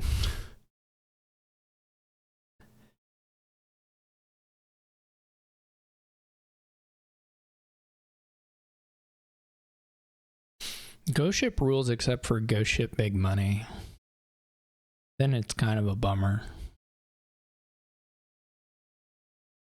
I can remember on Isotropic, you would just roll these ghost ship colony boards where the only good cards were platinum and ghost ship, and they were miserable.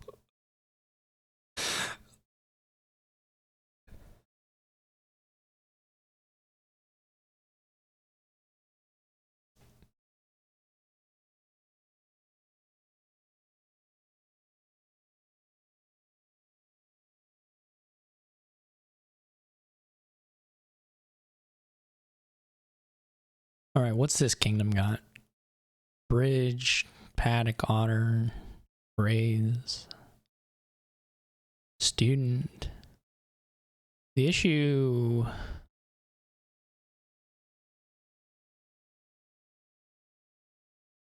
I'm sure that's true. Cave.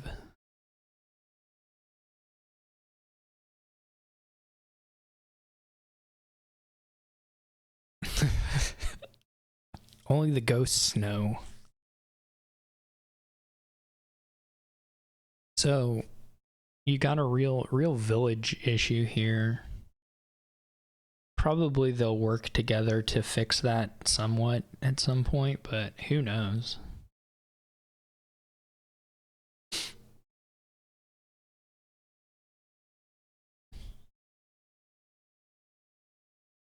There are some candidates just play flagship, I don't know, in like Royal Carriage. Probably. That's probably something.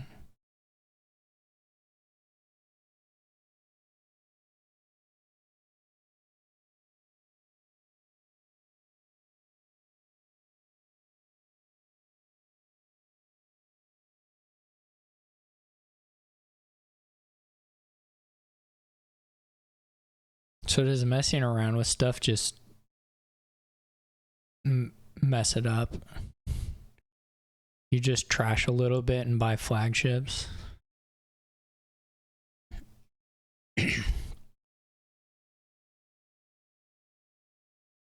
Because I guess if you have other actions, then they get in the way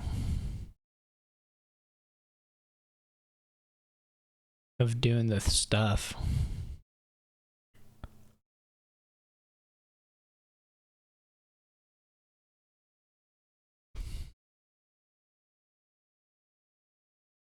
Yeah. I mean, you still might mind a little bit.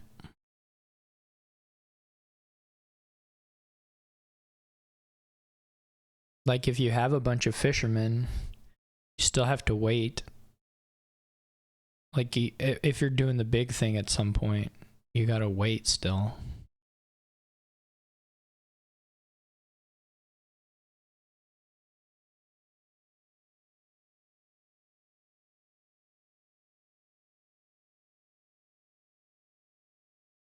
Just raises. No, Sirix is saying get nothing. Just get raises, flagships, and bridge.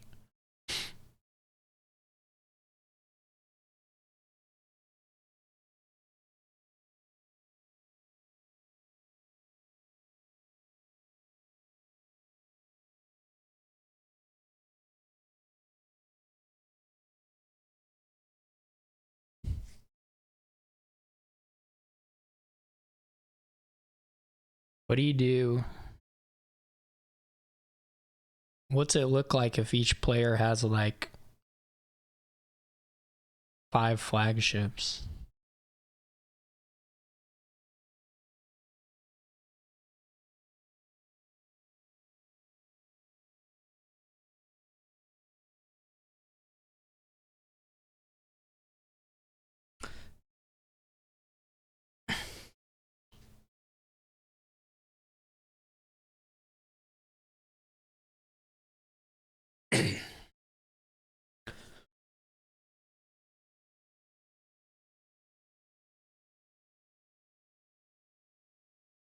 Triumph's on the board. I didn't even see Triumph. If there's three landscapes, I mean on this board, you would think Triumph would be the one I saw. But it turns out it was not. I kept looking at that otter.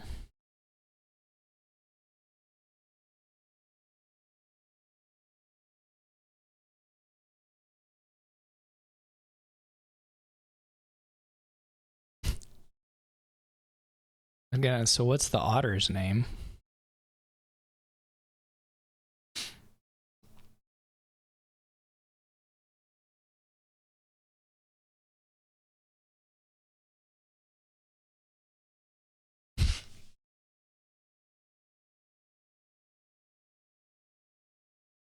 Good. I was really hoping for... Well, Sirix's response is good. All the responses were good. We needed a mix. I was really hoping for Cheetah to make another reappearance, but...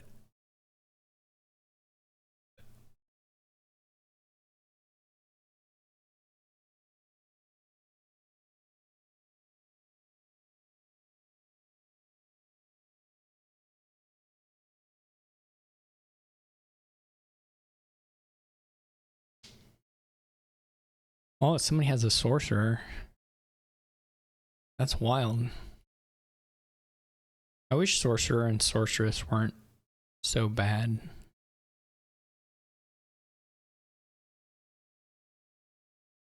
I'm not sure if I really wish that.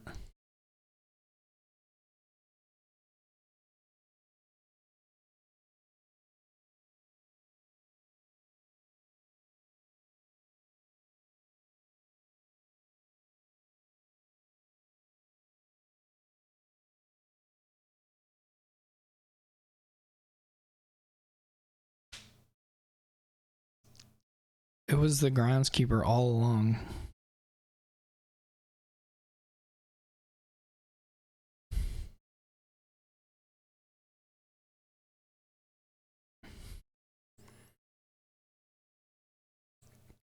WWYDTC.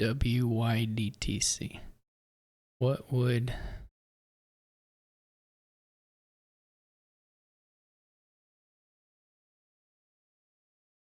you do to care to Terra? What would you do, Terra Cubist?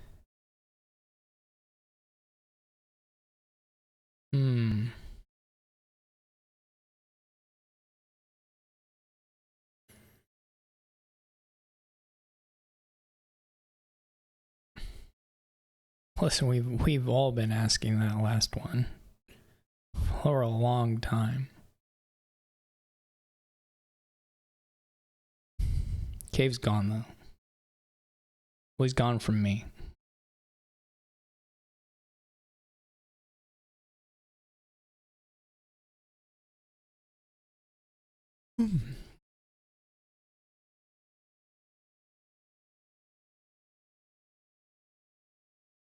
What are they doing? What's gonna happen?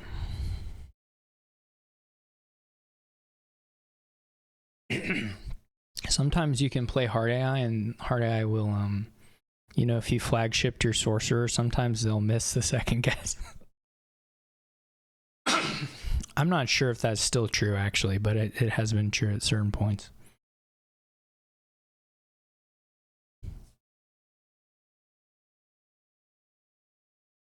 Oh, it's Lich. You can trash Lich with Raise and get your Raise back.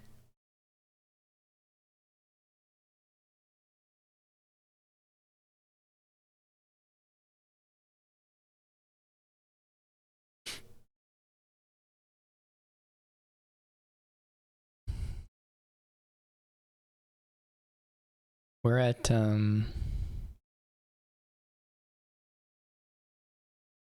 this is the third game, right?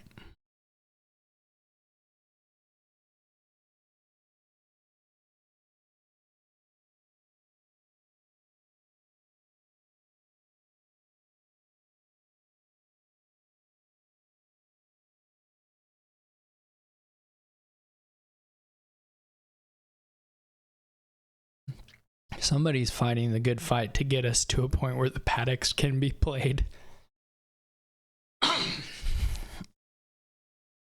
With the double raise.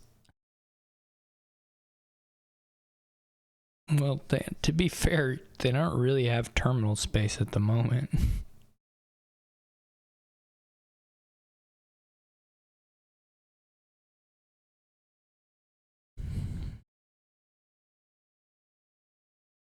but we're getting closer.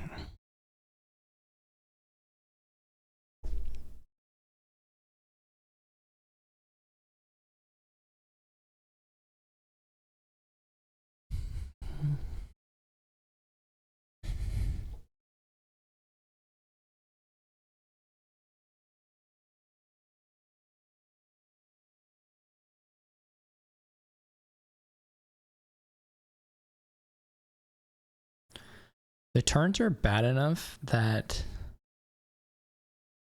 the Lich is not crazy. You could quite easily have a big turn be better than the 2 little ones.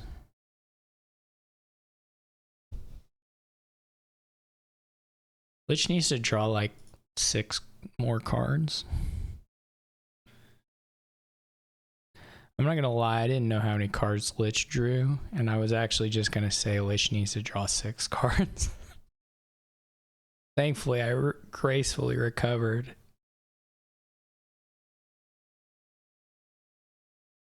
I think it's just a friendly... I think it's just like a friendly overture that they're making to one another to be like, yeah, let's get some non-terminal draw on this board.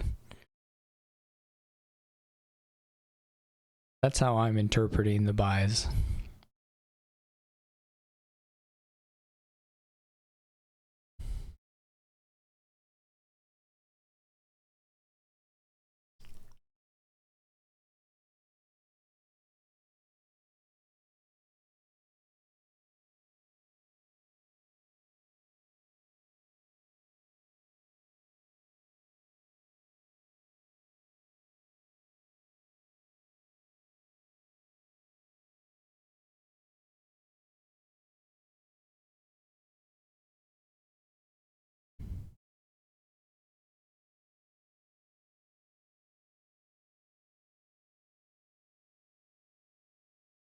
Is Josiris gone?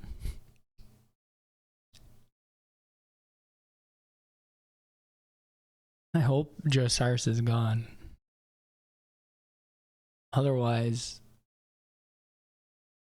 click the cantrips. I'm gonna say gone. That's my... I'm gonna say that was a gone. Does Josiris have enough money to buy a... buy a paddock?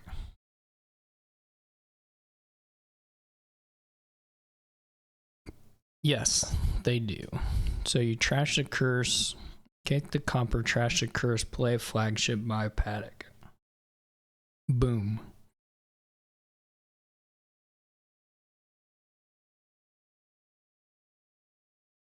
Love it.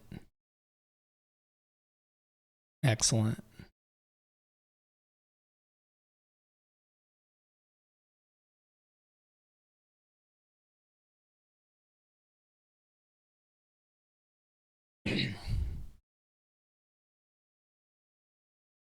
This is a bit of a dilemma.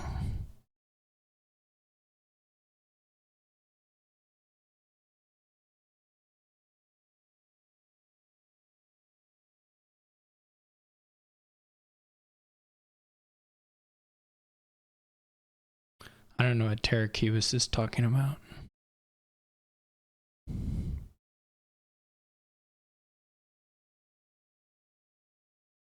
No idea.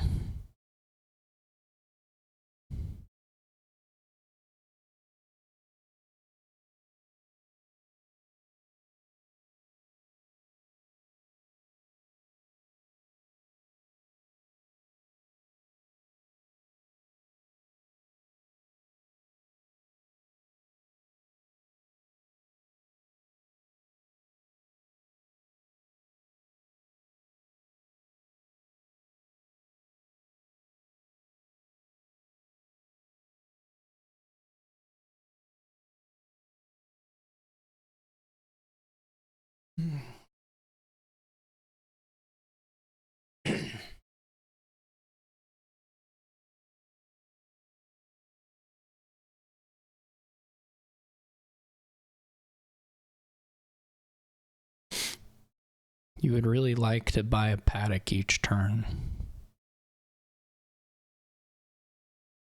I don't think you have to kill the berserker yet. I don't know.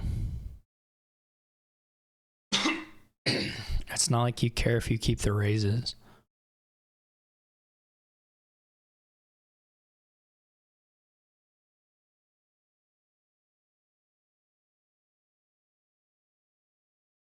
You can trash a copper and buy paddock. Play bridge, buy paddock.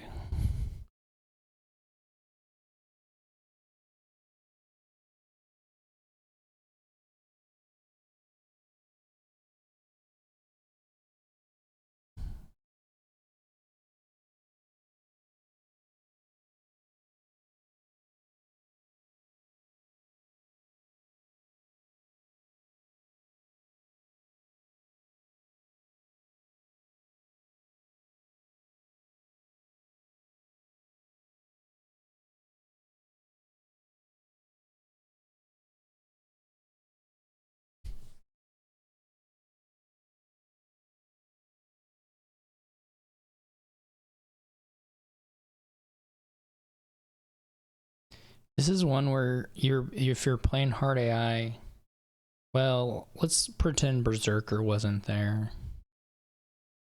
Hard AI would like not go as hard on this stuff, but they would have like enough paddocks in their deck that if you lowered the paddock, or if you lowered something, if you did all the work to lower something, their deck would still be fine. And they probably would have like 1,000,000 fives before you had anything while you're trying to do clever things. And they would have enough of the good stuff to like still contest you across the board. I'm not really sure actually how that would be played out. All right, we got to the raise play. Okay. We got to the copper trash. Okay, we got it. Moving on up.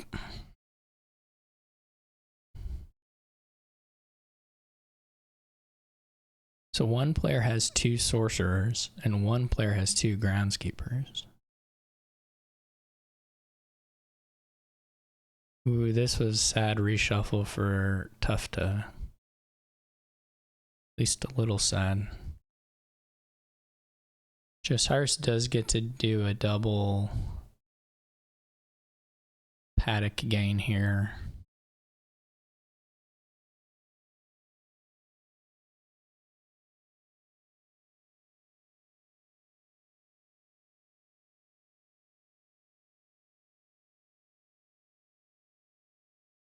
I mean, a double 5 at any rate, it doesn't have to be the paddocks, I suppose.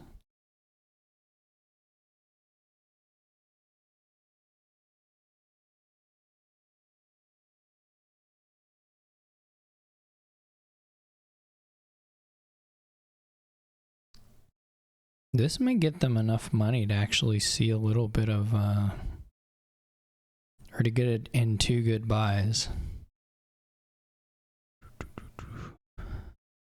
It'll get him a fisherman, I guess, at least. I might have blown that raise up. Because there's a curse down in there. You might have been able to find the curse and trash the curse with student. Also, I just don't like, I guess these are horse curse. I guess that's okay. So they went for the berserker, which I'm not sure about. Basically, this also takes away the use of the potential for the fisherman buy as well. I mean, you get the berserker card, but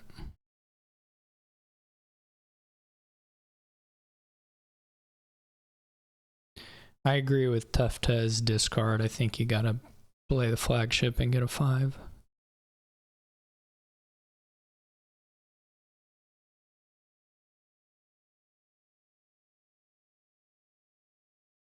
it's not like you... Yeah, the Berserker, though, is just the next turn dead weight. There are a million terminals that are dead weight the next turn.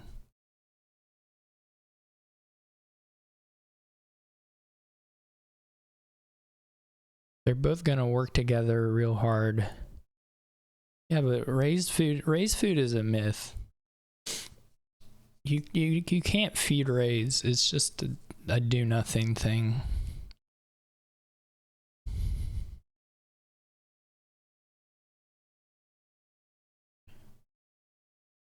Going straight into it. I have noticed that I feel like they are like worried about points earlier than I would be, but it's not.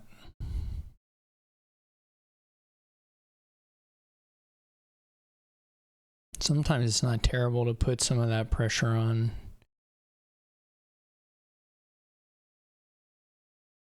Gotta take the paddock.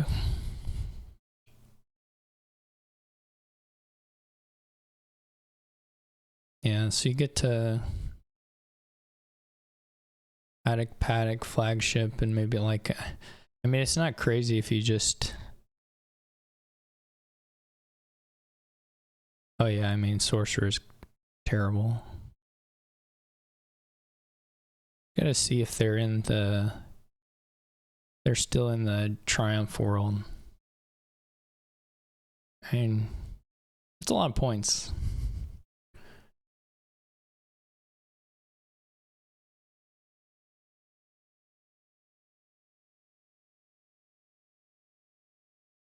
They're just on to another paddock, which I also think is perfectly good. Horse, name horse. I think you name horse. Maybe fisherman. Probably horse, though. Listen, I don't want to say I told you so, but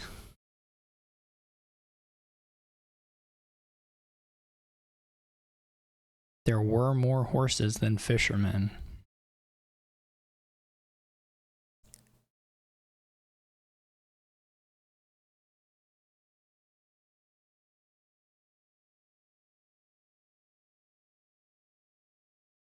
So I was right.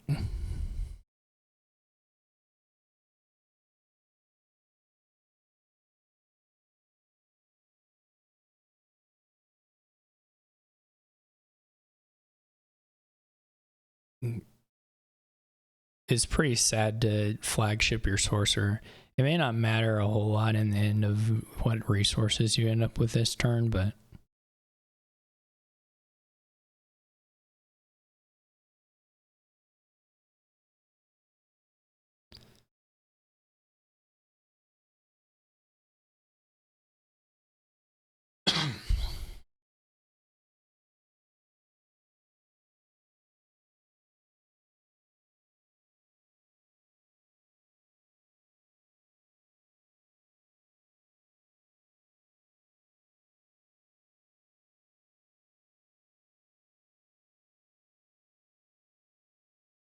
I wonder if the play here is actually to get a...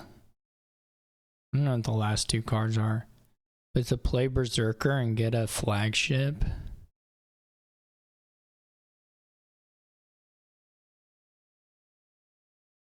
And draw it.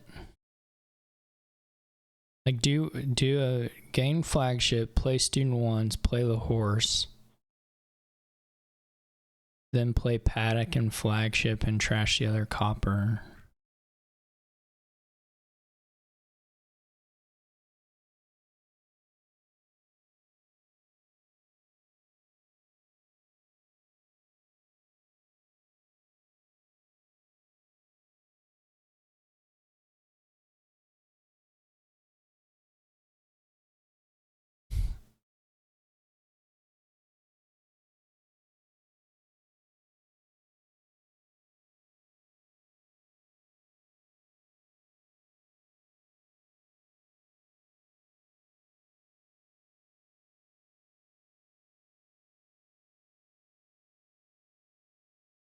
But you do have to compare that with what you get off the bridge buys.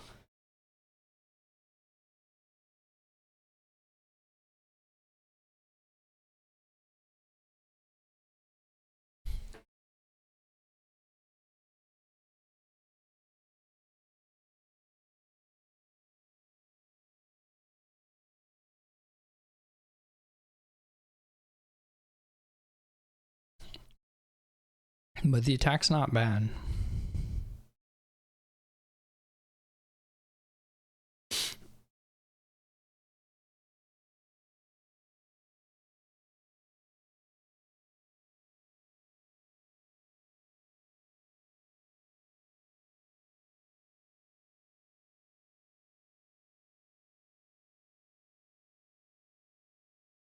Looks like they're just getting a fisherman.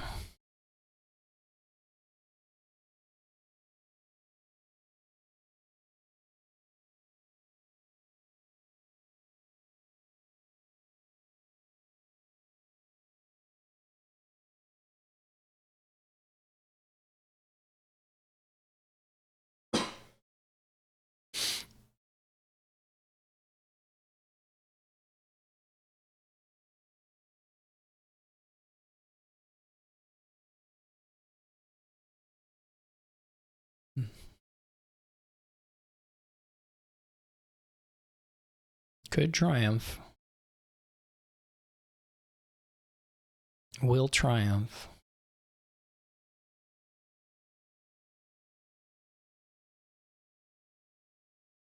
Does triumph.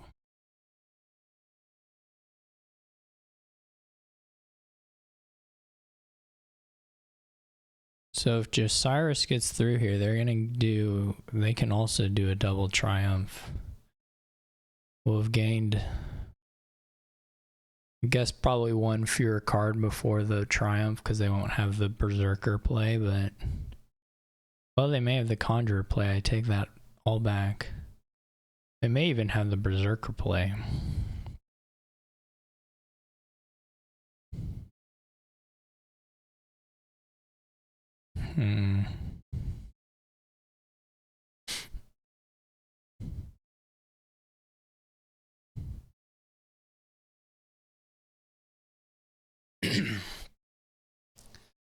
I don't know about playing the student. That's like specific, or playing more horses there. That's like specifically going for wanting to do berserker, I guess, but I'm not sure it's better than conjurer. I guess you could still play the conjurer if you're going for like a paddock at this point. You could get paddock here, raise the student, play the paddock, play the bridge, double triumph, score many points.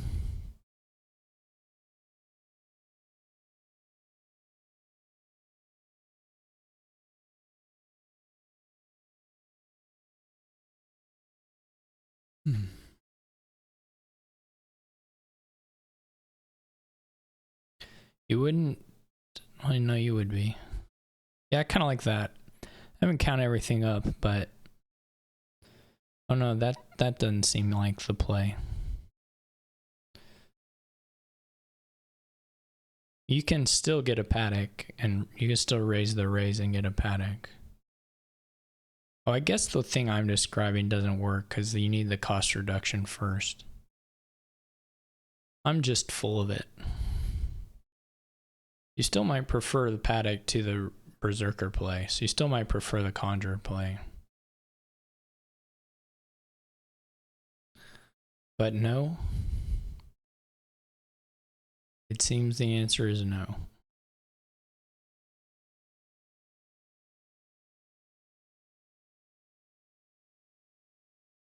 I mean, draw is still finicky. It's quite limited here.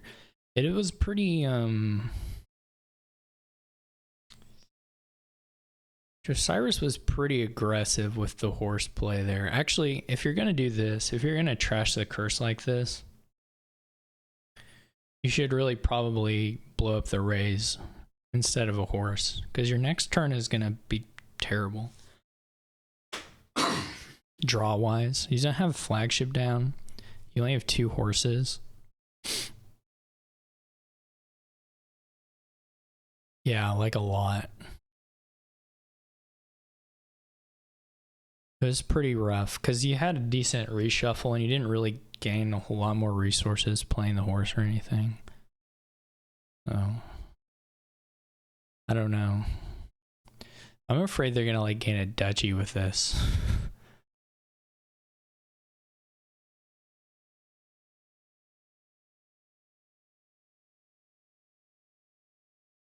I don't think that's the play. Because the game isn't actually just done yet. You still have to do something. No, I don't like this either.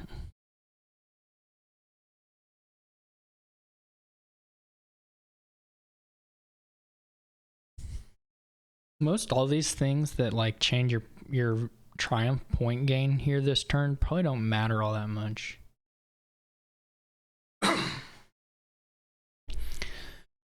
Like you were gonna have a decent enough triumph. And it's more like what is your turn gonna be the next turn? And a lot of these things are not helpful for it. Like hardly at all.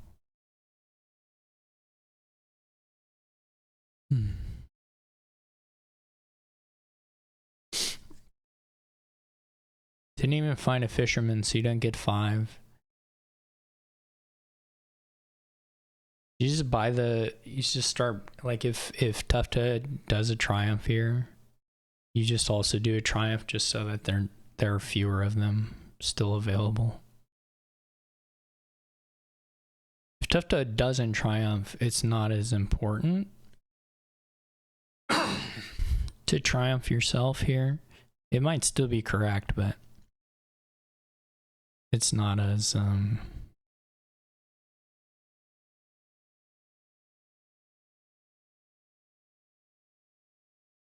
not as important.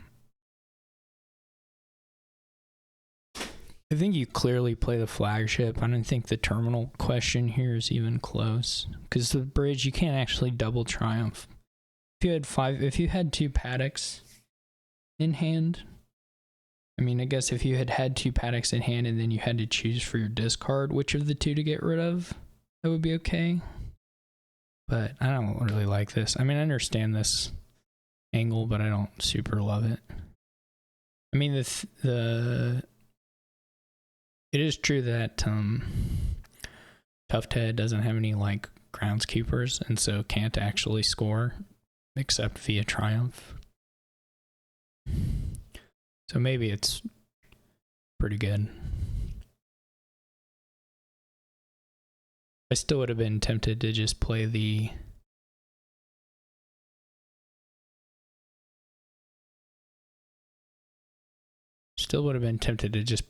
flagship, because you were pretty likely to get a double horse, which would have been nice. I don't understand if tufftaeh is complaining about the sorcerers. Like, that's just what sorcerer does.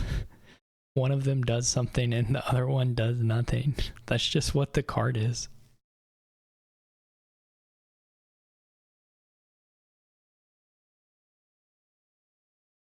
I don't know if it's a complaint or just sort of a funny that they're being played together. Well, yeah, but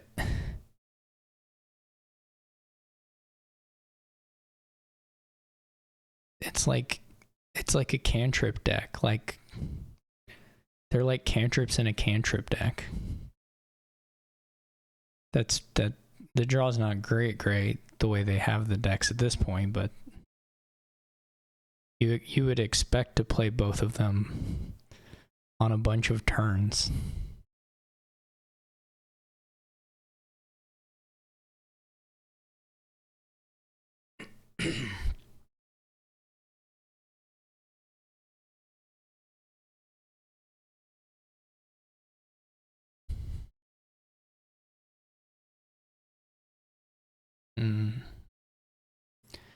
Yeah, this didn't ever do anything. I mean, the Paddock Triumph stuff was okay. It was hard action, and then the Paddock stuff only happened because they kind of like agreed to make it happen without speaking.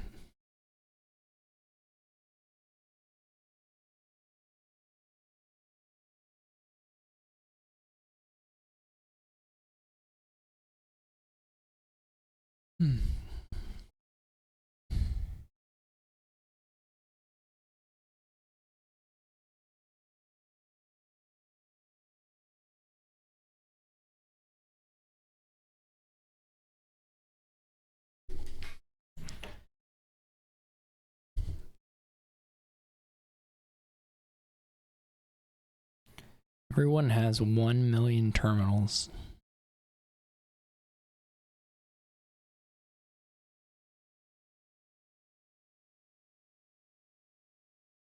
The good news for Josiris is that Josiris now will have villages.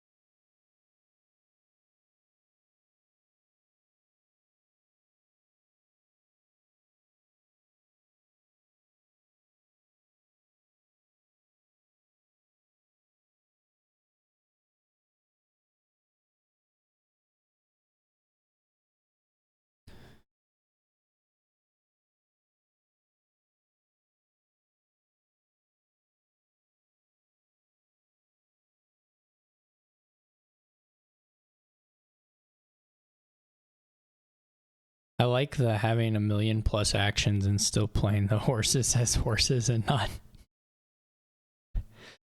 not as otters. You could have saved quite a few otters there, but you're just getting it done, I suppose. The Conjurer Otter seemed a little early, but I guess you still have 12. I think the order here was not great, but whatever. Sure, you could have flagshipped the bridge and just been done. Well, you don't have the gains now. The order does matter just because you don't have the buys if you do it this way. You have to go all the way back to the flagship, actually.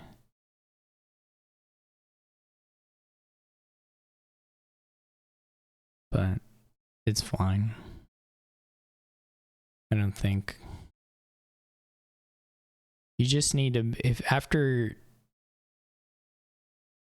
probably Cyrix. And by probably, I mean, yeah, definitely. Just don't play the Berserker, whatever you do. There you go. GG. All right, we made it to game 3, through game 3. Got a clear second player advantage. Match shaping up so far. Everyone loves those.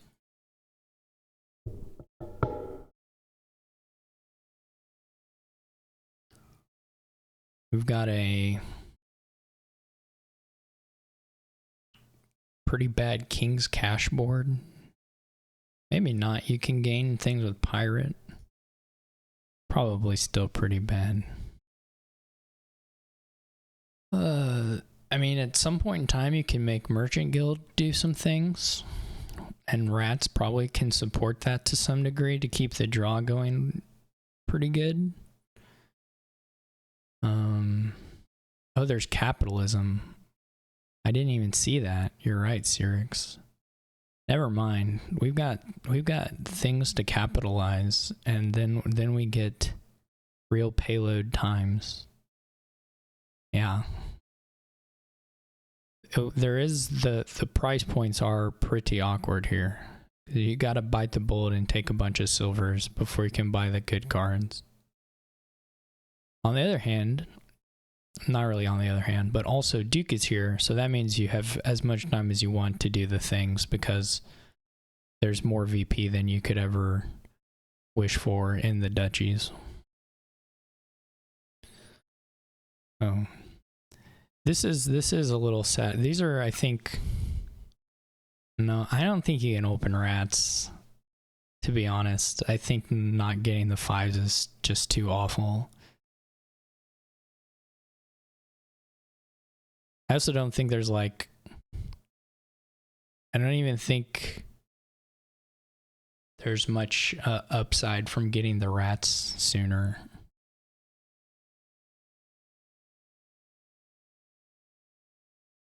Oh. Yeah, I mean, yeah, but I still think you have to do it. That's just the game we play.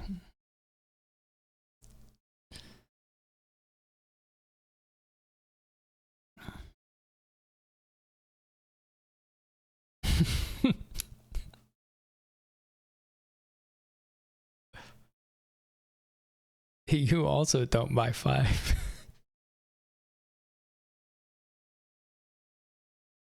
And then you just have another estate in your deck for the shuffle.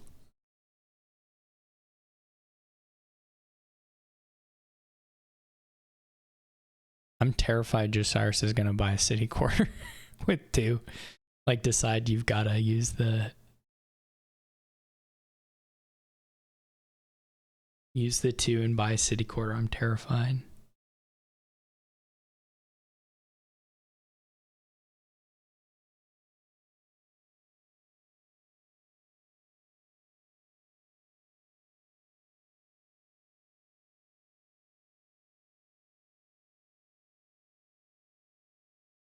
The scheme and throne room were pretty weird.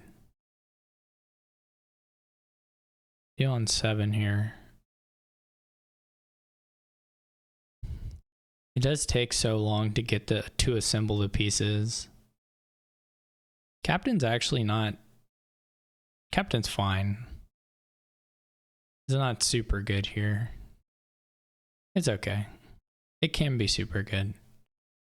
It's not crazy at this stage, but...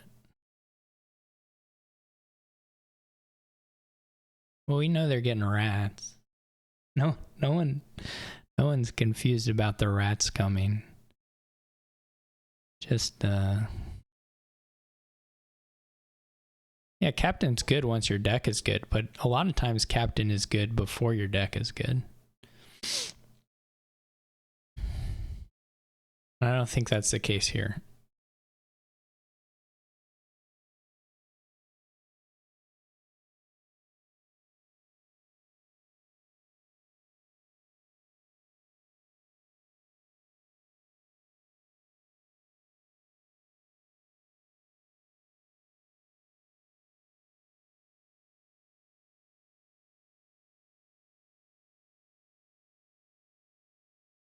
I think you actually need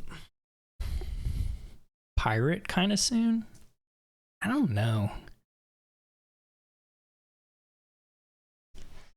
It's very, I think city quarter there is super terrible. Nobody actually has money yet. And everything here costs 5 or more.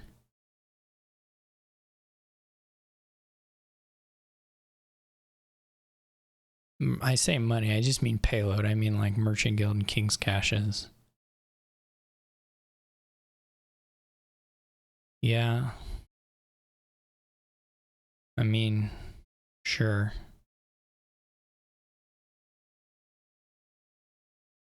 No, I think that was super wrong timing for city quarter. Like, I actually think it was really, really bad. We'll see how the draw goes, but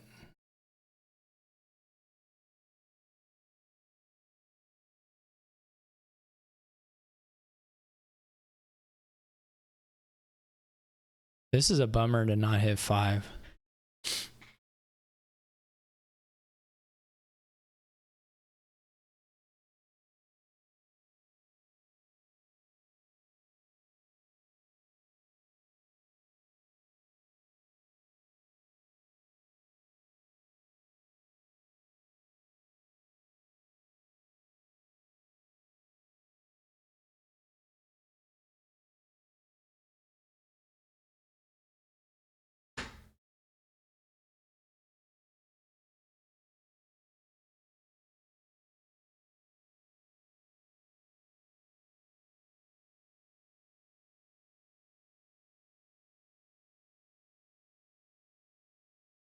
Tufftaeh with the Throne Highwayman.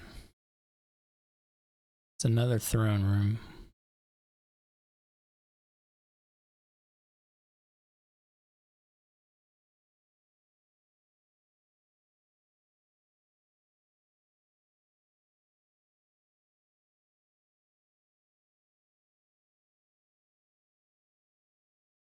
In your dream world, if you're Tufftaeh, there you're like buying pirate and then buying king's cash on the next turn, maybe.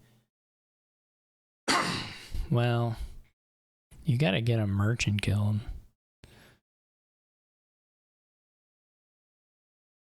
Josiris is lucky to have seen the highwayman at all there.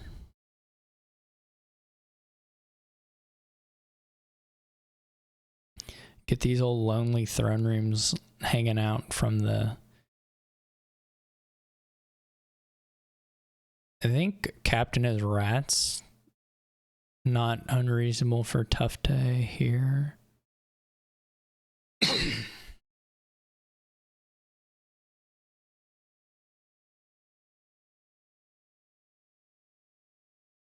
throne's okay.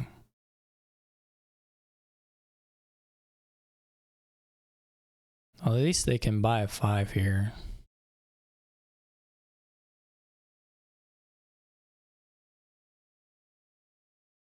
Get the merchant guild here, or do you get the pirate?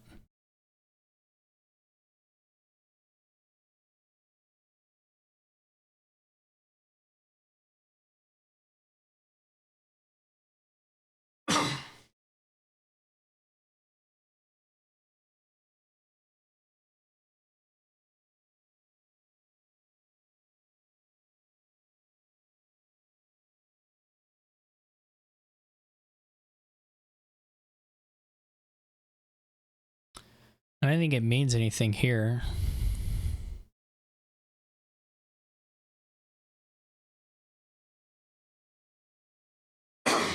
Right, but you would never have any incentive to. I guess to throne it.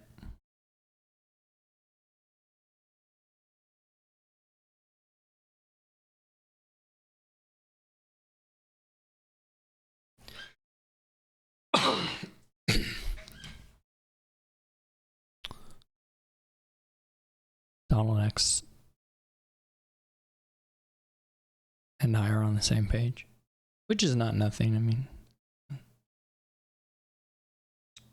especially early on before you have the King's Cash are set up. It's actually, yeah, it's not clear to me that it's say definitely, wait, buy a throne? No, you have 1 million and you don't have any payload. You're gonna draw 9 cards and you cannot.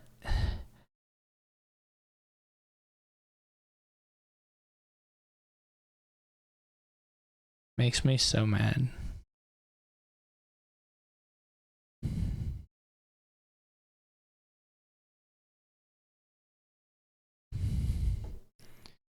You also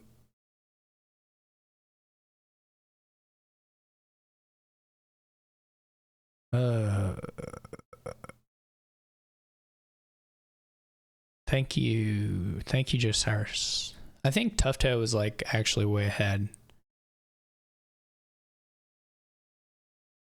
but skipping the guild on this last turn was so bad.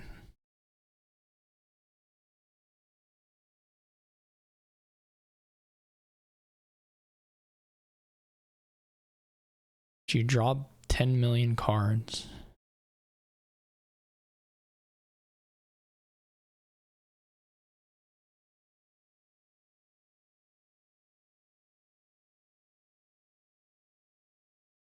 just to play your coppers and your silvers again and have no plus buy.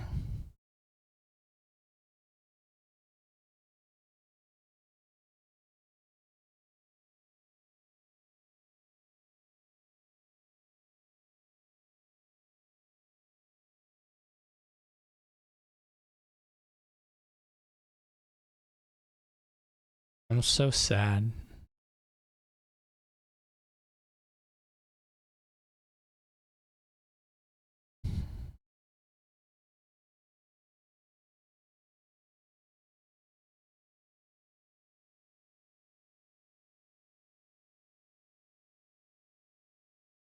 The throne room buy was crazy.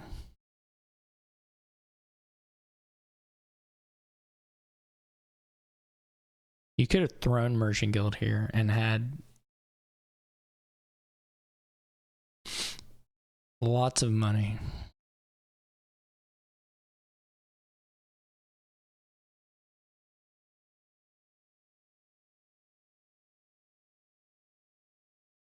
It's like, yeah, you're going to draw a deck again next turn too.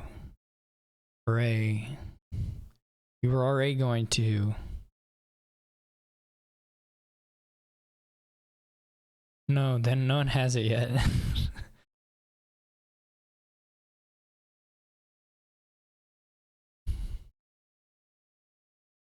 I'm not sure anyone should get it, actually.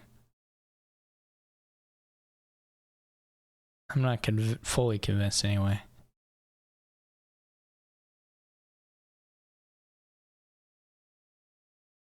Like your next turn, then you have to go like King's Cash Capitalism.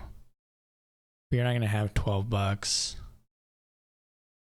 I guess you could do Merchant Guild Capitalism, then but then the next time you can't throne it. Then you go Merchant Guild King's Cash or something. You need to get a City Quarter at some point in there to supplement the Highwayman draw. You can start playing a Captain as Rats at some point, maybe.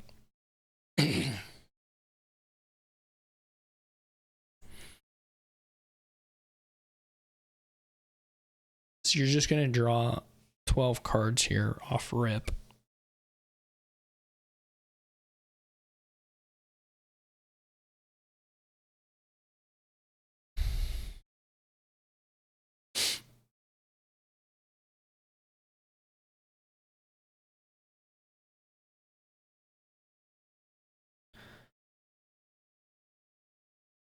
I feel like Josiris is gone again.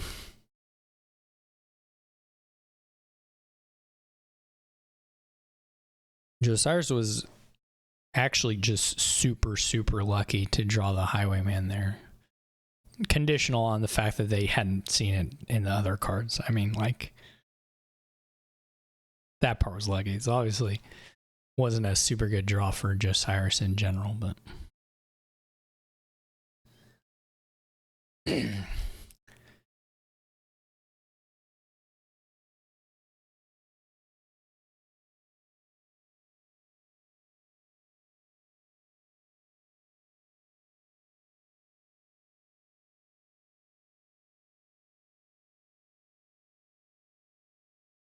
Oh, they only thrown one of the Highwaymen. For some reason I thought they'd thrown both.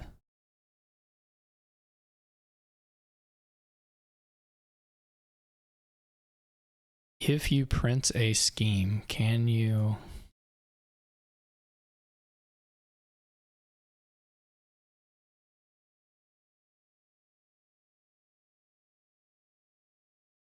Oh. I mean, you wouldn't even... you wouldn't even have to print it. Or, I mean, there are other ways, too, to activate that.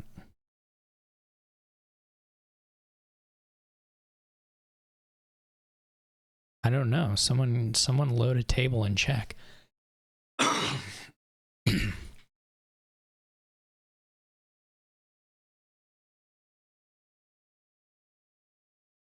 Is there any... Are there any other things that have weird discard from play timings besides Highwayman these days?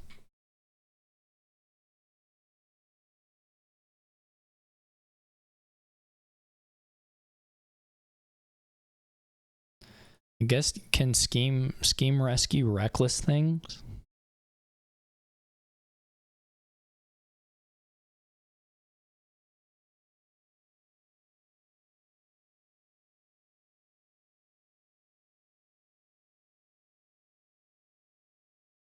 Encampment gets set aside. Reckless things just stay in play, and then they get put back in the cleanup discard. So I think Scheme can rescue reckless things. I don't know if I've ever played a game with that.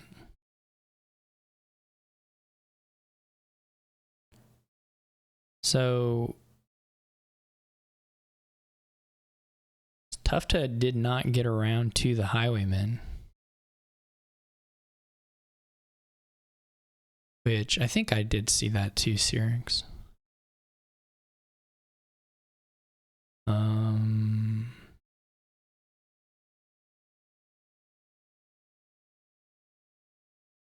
tufftaeh did not get around to the Highwayman, which is really unfortunate for tufftaeh.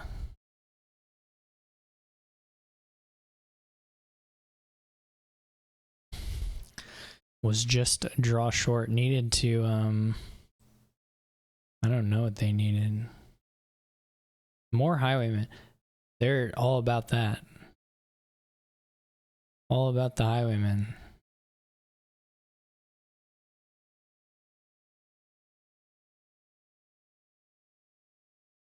Kind of surprised you don't take like a city quarter. Guess it's not very good on the next shuffle. We gotta check it. We gotta check this reckless Highwayman thing. Or not reckless Highwayman, this scheme.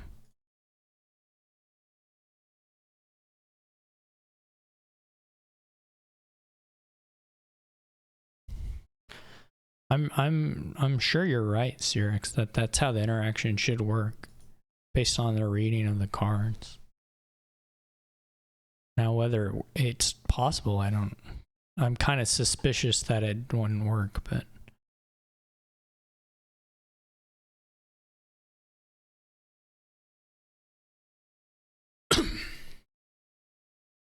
I would use the way to set it up. Seems like the easiest thing. Maybe not. Way or the way or summon.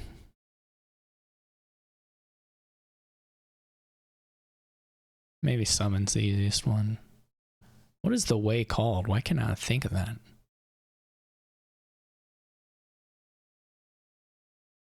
Oh well.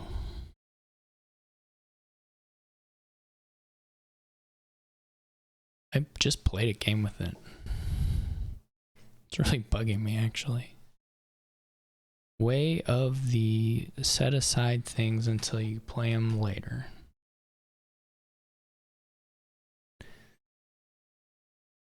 Turtle, that's right. Thank you.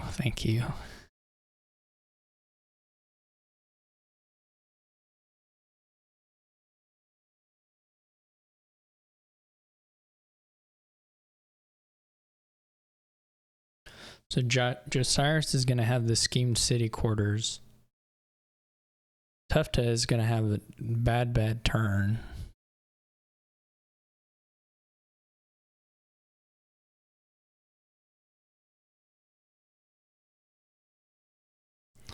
That's cool. Well, that's neat. Props to Steph. I assume he just means the scheme Highwayman.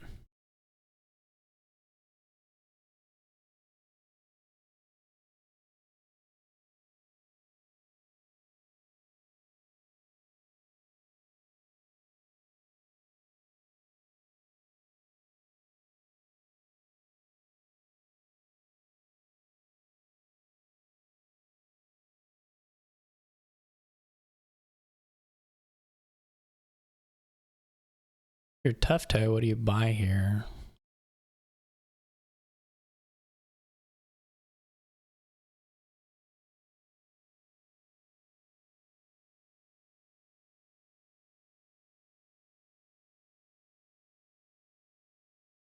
I'm curious if it works in TGG.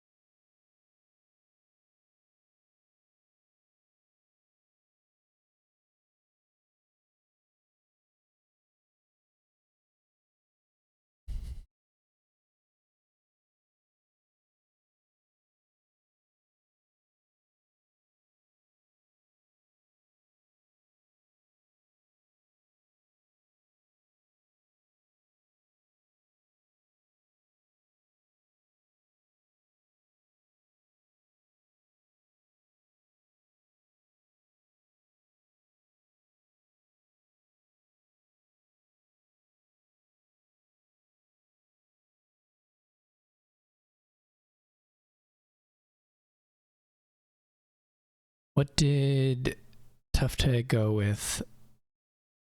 Merchant Guild City Quarter. Okay. What if you buy copper? Did they have, or maybe they didn't have another buy. All right, I've got my highwayman played. I'm summoning my scheme. Gonna resolve scheme first. Discards highwayman, top deck action. Well, I clicked it, but it didn't seem to do anything.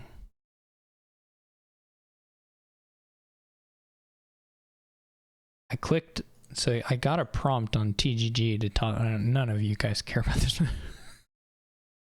I got a prompt to top deck for the scheme at the right time.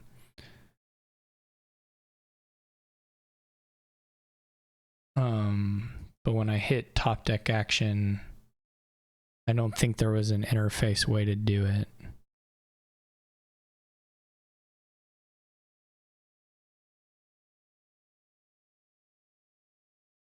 So it's not, it is a little bit bugged on TGG.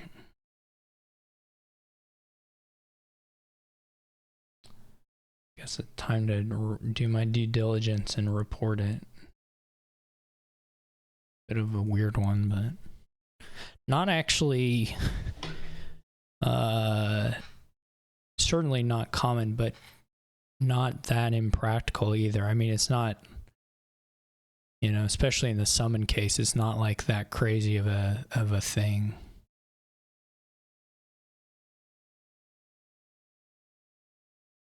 To want to do.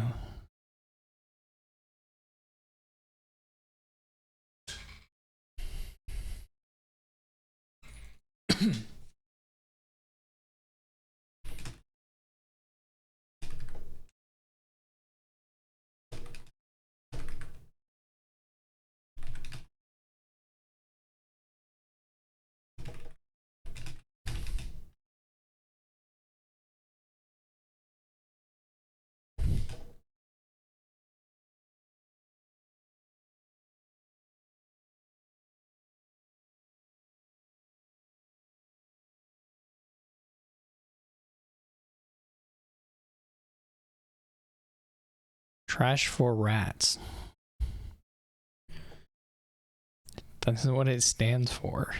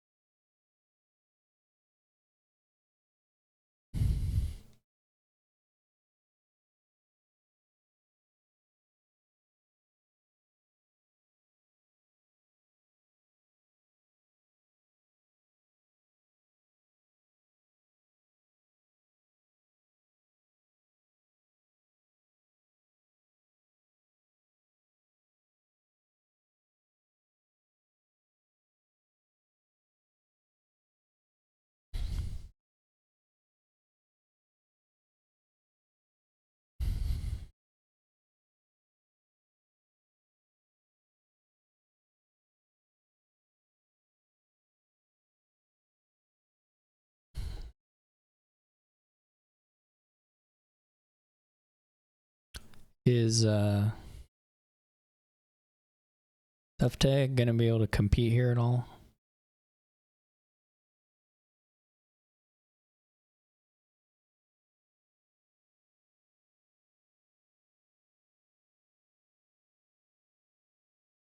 Part of the log is runs off on these turns for me. The text wrapping is kind of busted.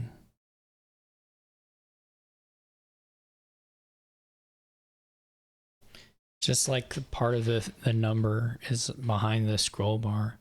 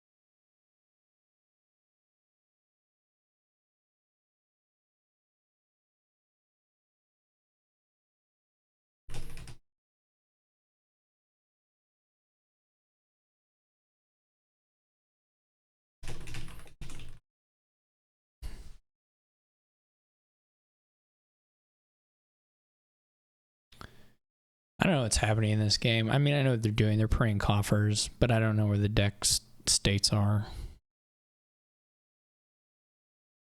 It kind of looked like Josiris was ahead. tufftaeh has just so many highwaymen.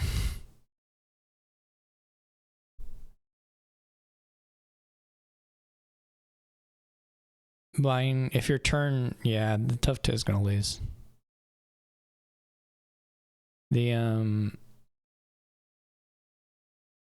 If your turn is just this compared to your opponent's, which was this, you're toast.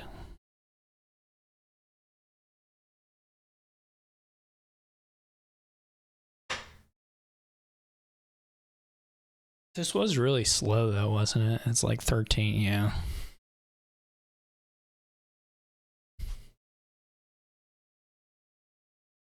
It's really slow, but it doesn't matter because there's a billion points.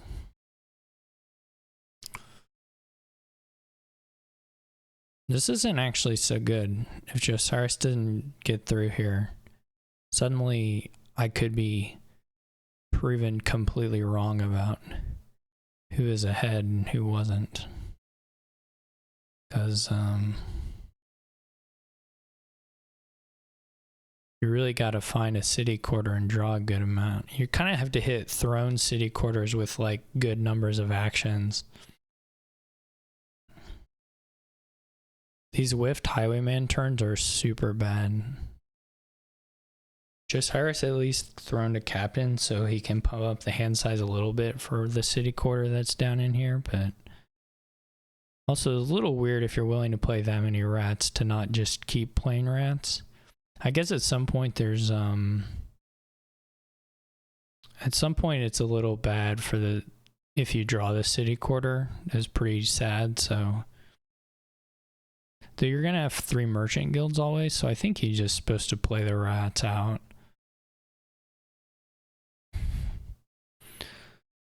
Don't think they quite got a handle on the decks here ever. Or I thought they were done, but they're apparently not done getting a handle. Because that was a bad turn.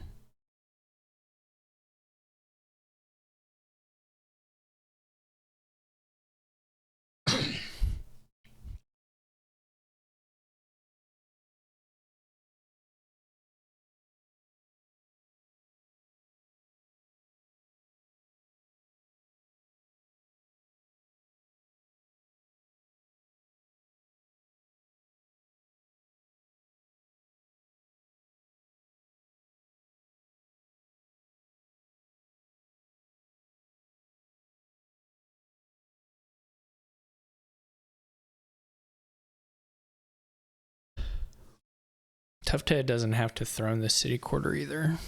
Can just play it. Should be enough. schemes and captains and whatever.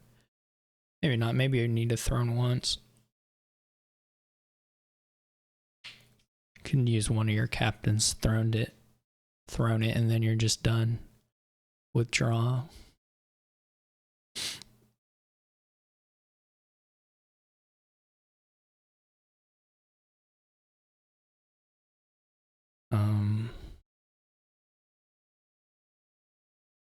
Josiris probably draws okay. Should draw okay. Gets to throne a city quarter with 3 for the first, at least 3 for the first and second. Well, definitely 3 for the first, maybe more for the second. And then can also throne again a city quarter at post that.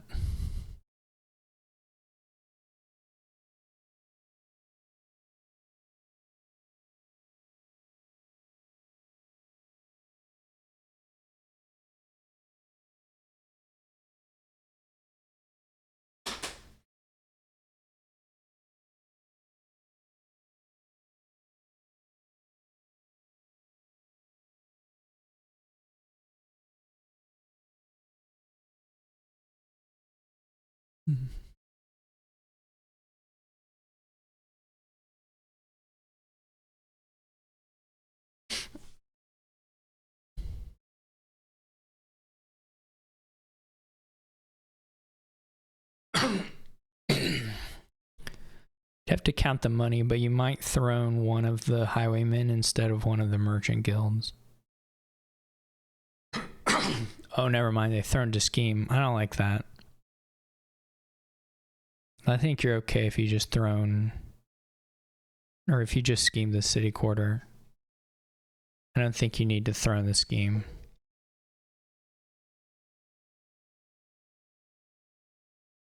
It's okay. I mean, I think you're better off throning the highwayman than the scheme. To get a second card on top seems not at all worth it.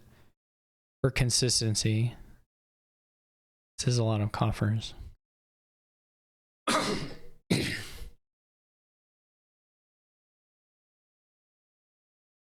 If you draw, you can start to put pretty good threat on the provinces. I know what you do here. City quarter, throne room. Maybe one more merchant guild, and then like...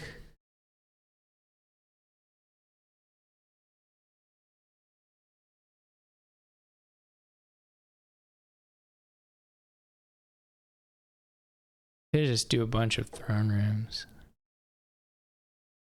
There you go, merchant guild, throne room, city quarter, coppers.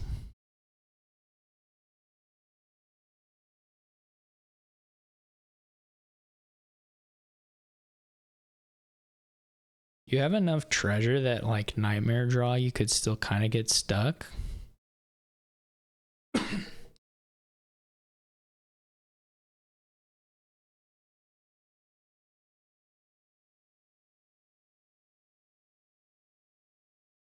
Josiris doesn't have anywhere near the amount of money you need to pile out. Not close.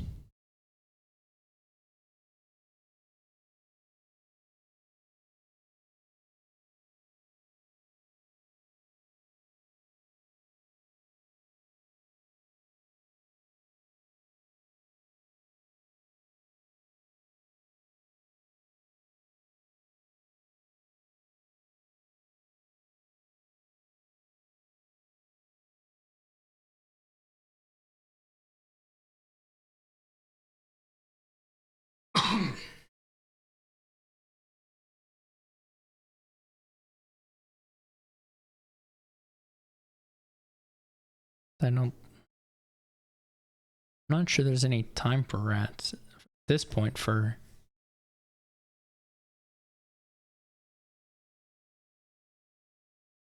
tufftaeh. I don't know how many they have 5 merchant guild plays and they're gonna do 7 buys.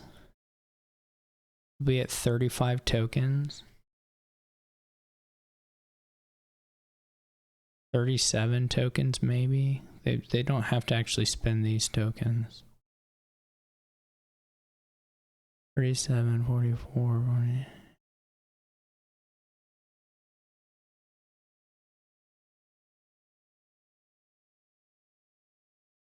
I don't know, they can't get enough coffers here to like empty provinces next turn.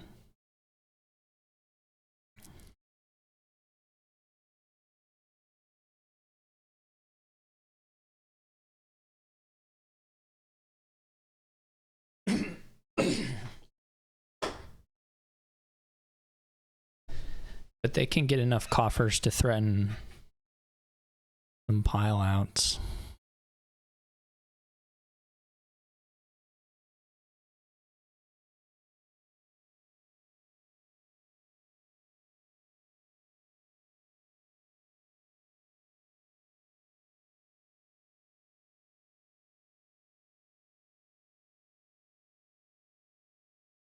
Though they probably would have needed... Well, you can still gain the rats.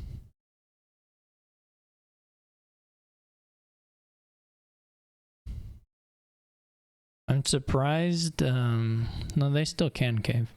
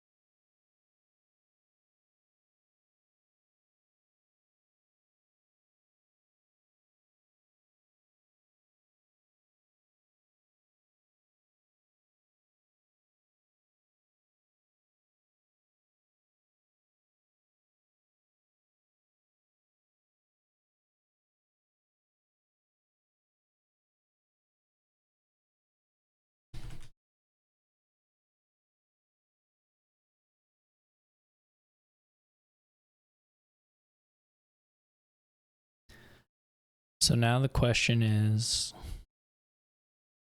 will tufftaeh be paying attention for the rats out?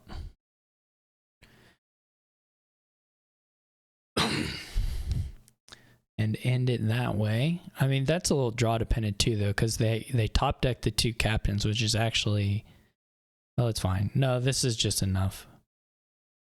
This is just super easy now. If they had drawn a bunch of treasures rather than a bunch of actions, it might have gotten a little hairy. But this is a super easy rats out. Plus buy out the Thrones and Merchant Guilds and buy a province. It does take tufftaeh looking for the rats out, but it's a very easy pile out from here.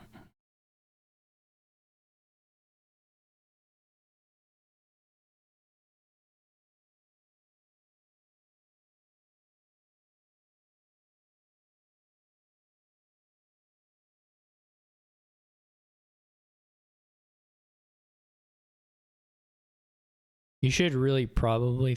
well, actually... The funny thing about the rats out is you just need basically nothing to make it work.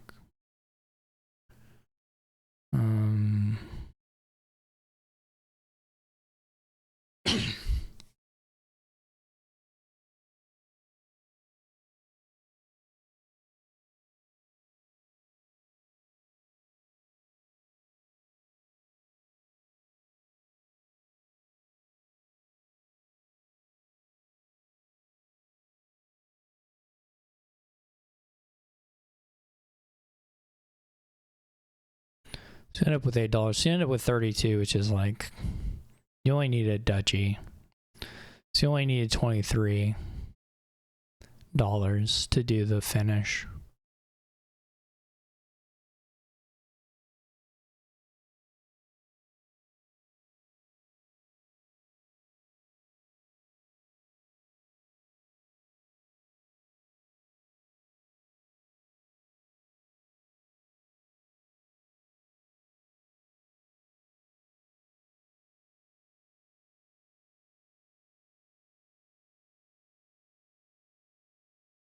I don't really understand your question, Ngober. I mean, the more you nest, the more plus action you get, but you can intersplice some other actions in between them. As long as it's all coming down from a original throne, it doesn't matter.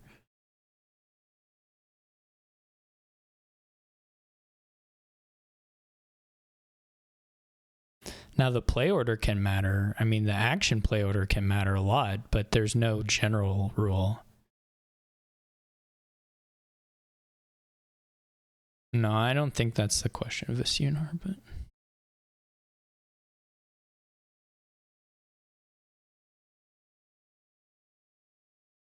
I mean, you could go throne, and then you could play the captain and then go back to doing thrones. That wouldn't matter. Doesn't matter if the captains are all down here at the bottom of the endless list of thrones. Like, plus action-wise, they're the same. The order... No, it won't. It's already known.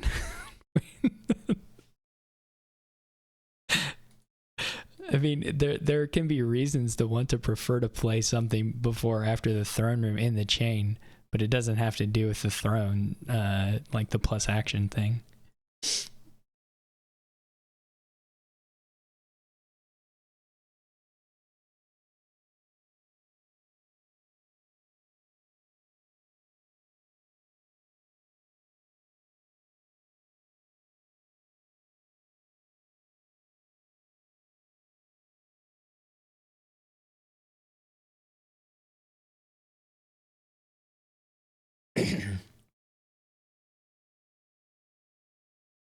This is where we have the suspense, right? Are they playing rats or are they gonna click something else?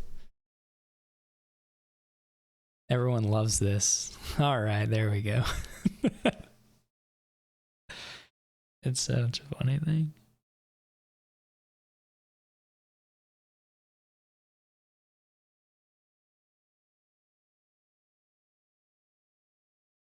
It's funny. I don't feel any hype. I only feel disappointment if it doesn't happen.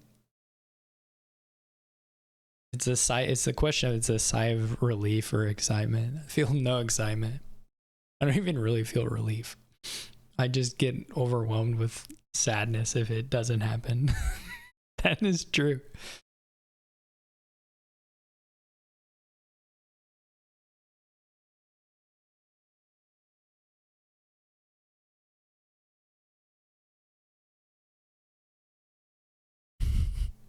It's like they're like thinking about there's like an order here to do this right when you can just click rats until they're gone. It's really funny actually, but I'm gonna die. Oh my gosh.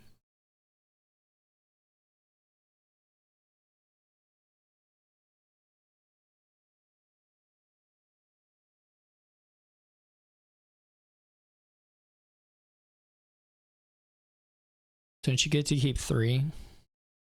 Maybe they hadn't done the trash yet.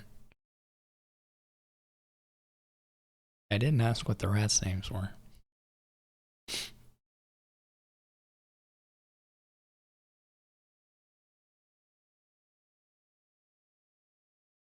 Tufftaeh should actually be just criminalized for this in some fashion.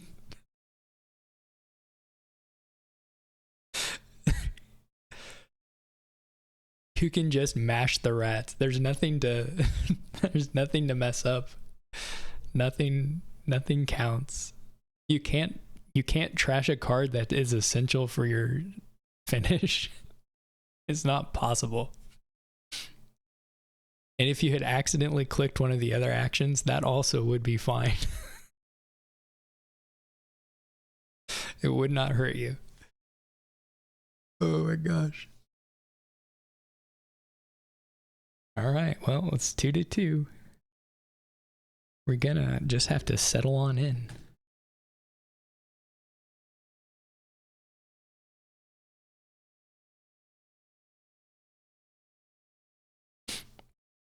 All right, we have the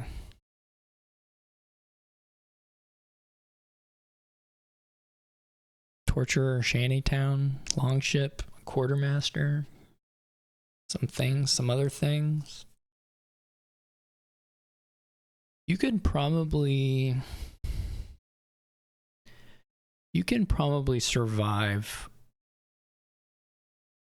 some cursing here.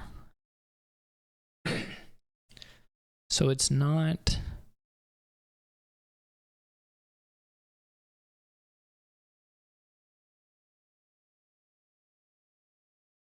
Yeah, I wouldn't buy a buried treasure here. I mean, not maybe eventually, but I wouldn't open with it.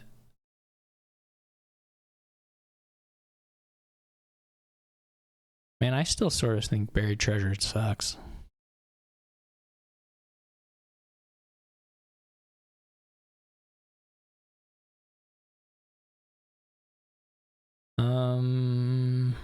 What do you do? Quartermaster cage?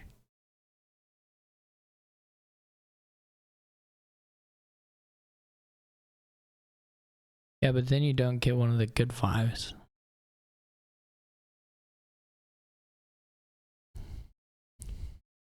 Torture cage is okay too.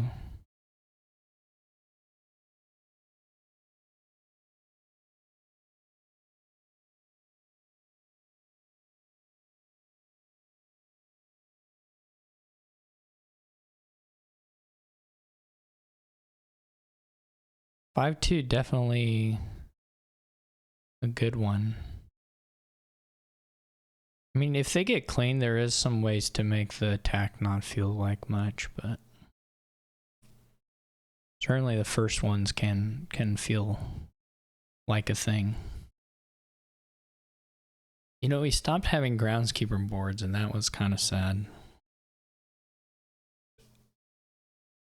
Now we have City Quarter boards, I guess.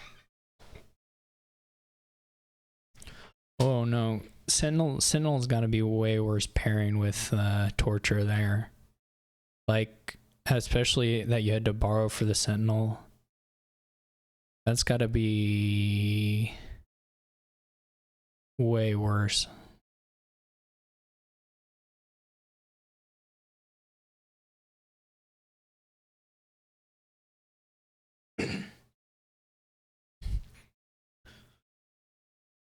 Oh, I don't know about that.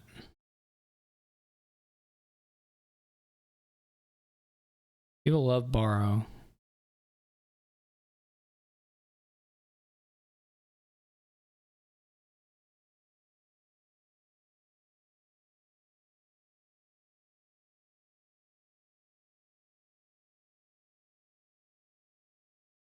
Yeah, you're not you're not trashing them, so you're just putting an estate rather than a copper into your next shuffle. I mean, you're like slightly increasing the odds of getting a double estate trash, so I guess to be fair, they did get the double estate trash, so I don't know how important that is, but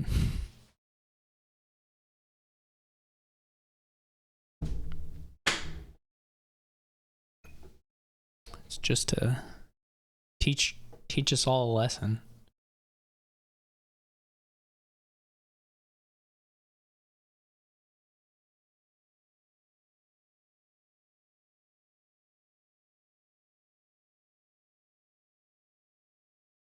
Nobody likes Cage. It's surprising to me.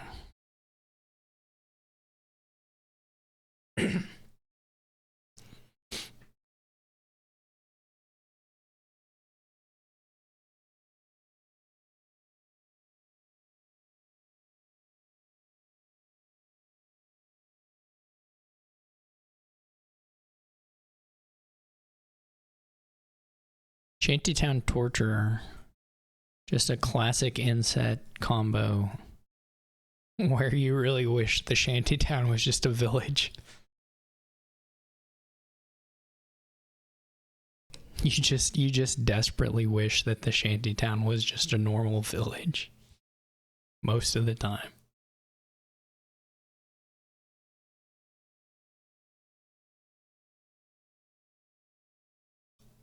All these treasures are buried.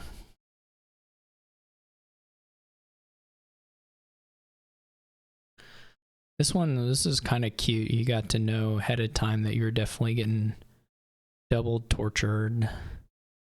So you could just take the one and then go on your merry way.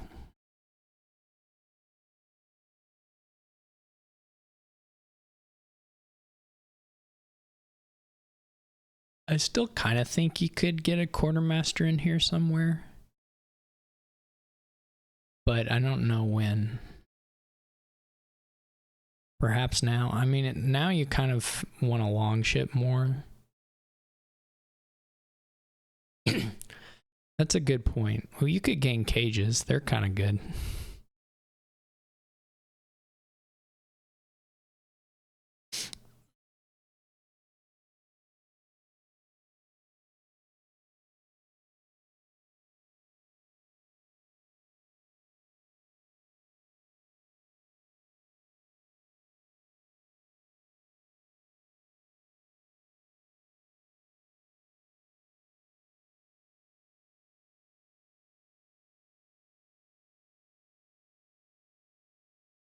Quartermaster is busted. But yeah, I kind of, I see the point, or I see the I'm not even a, yeah, and probably just take a long ship. I have a question though. Is this really long enough to be called a long ship?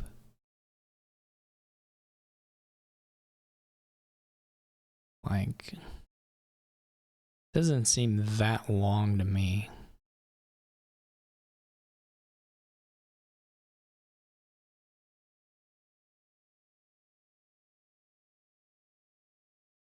Just saying.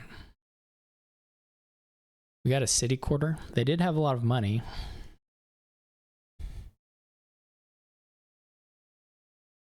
There's some ways in which the city quarter is worse than the longship, though.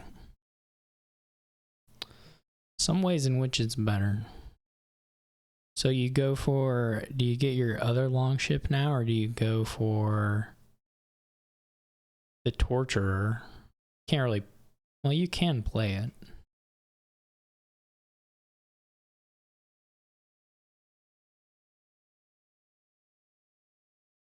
They're gonna draw torturer off the Shantytown. Oh, they didn't. Bummer. Bummer.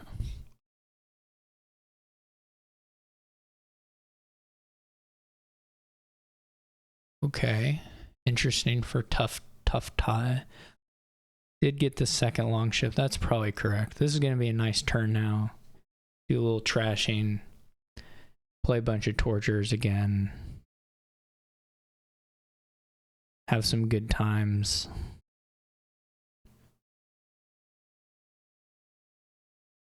You have to like take the curses and then, ooh, no village. Yeah, you're just toast. You are gone. All right, fair resignation, I think. Looked bad.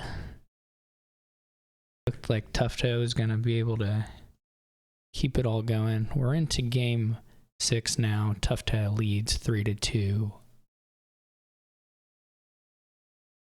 Tufftaeh. I have no idea. No idea.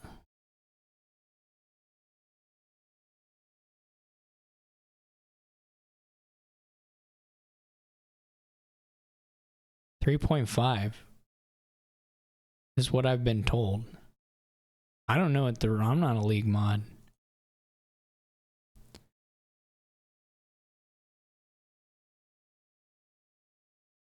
I'm not a league anything.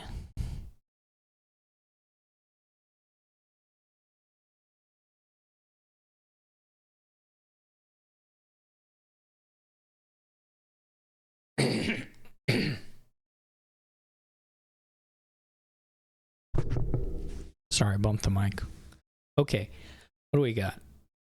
We got another plus action issue board. You can play extra terminals if they're Butcher or Jack via Trail. You could save up some villagers and play multiple terminals that way. Probably Butchering Trail is pretty good here for some different things. 3 bobble. Oh yeah, to do the island folk. Island folk, of course, super good.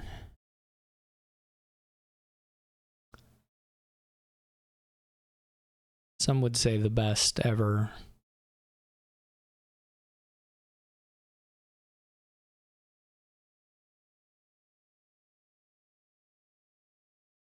You could even play with 2.5 bobbles here.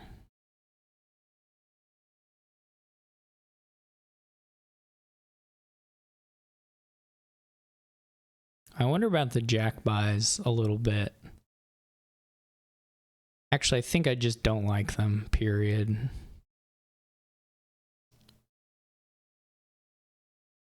I think I'm not a fan.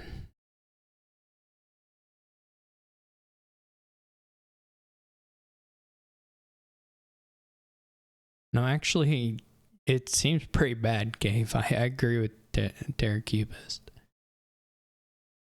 You can't actually... There's no copper trashing.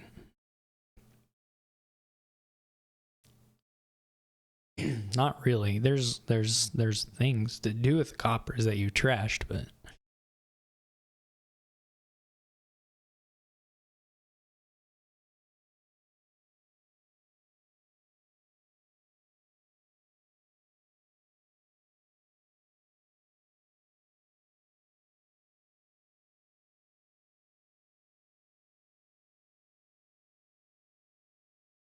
I think you can do stuff.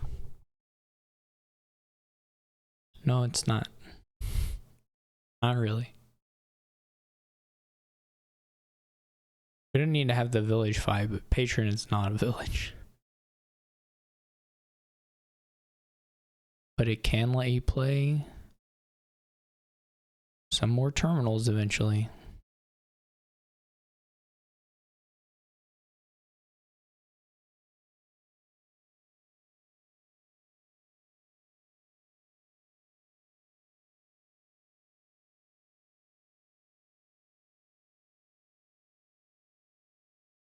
This is probably something like... I have to leave.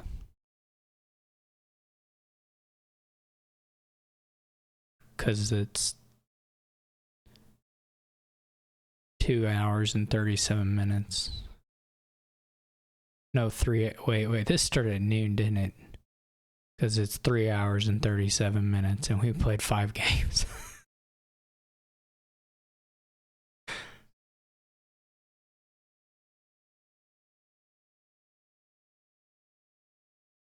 Is probably what it is. What do you think the patron's name is?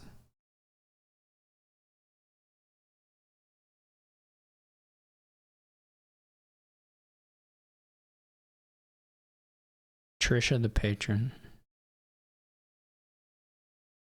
Patty. It's like the same. Mighty the Jack. Jack was one of our monkey suggestion names. Monkey name suggestion.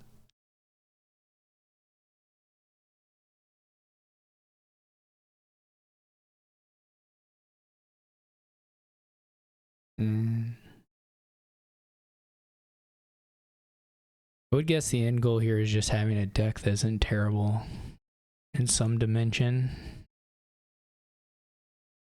And if you're the first person to do that, maybe you're just okay.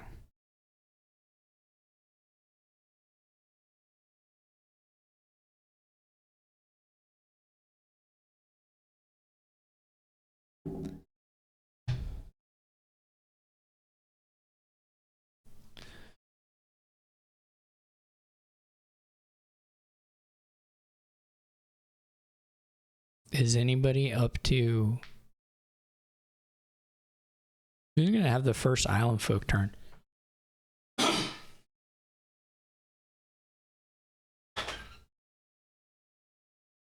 mean... You need a lot of butchers to get this deck into shape.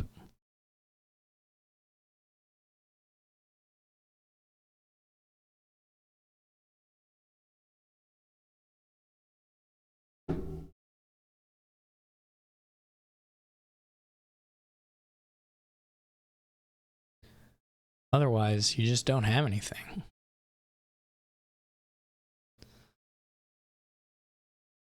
The Jack Silvers are going to become a problem for doing certain kinds of decks here. Not necessarily...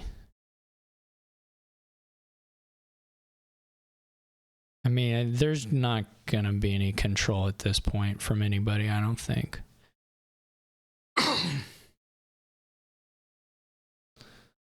That ship has sailed.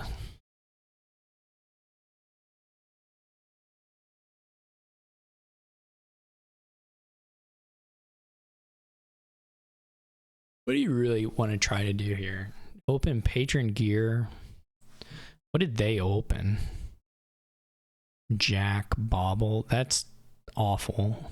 Did somebody actually have the 5-2? No. Yeah, I hate that. Hate Jack Bobble.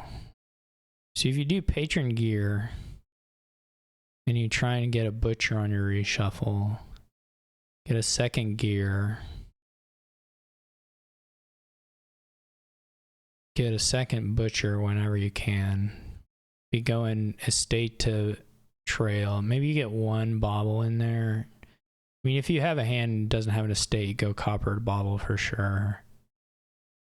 I don't know if you buy a bobble though, because it's still a stop card issue. You might buy one. But if you do that, you have the patron, you have two bobbles, you have a couple butchers, you have gears. You're just trying to get trails and highways. Just going along on trails and highways. And you slowly turn your your estates and coppers into cantrips. You might put a deck together. It's still gonna take some time. But these are not close to that.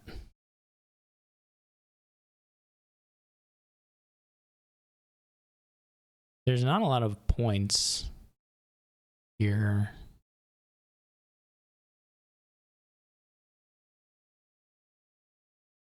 Definitely not out of the realm of possibility for something to win here. That's just a little sloppy and gains provinces if it's lucky.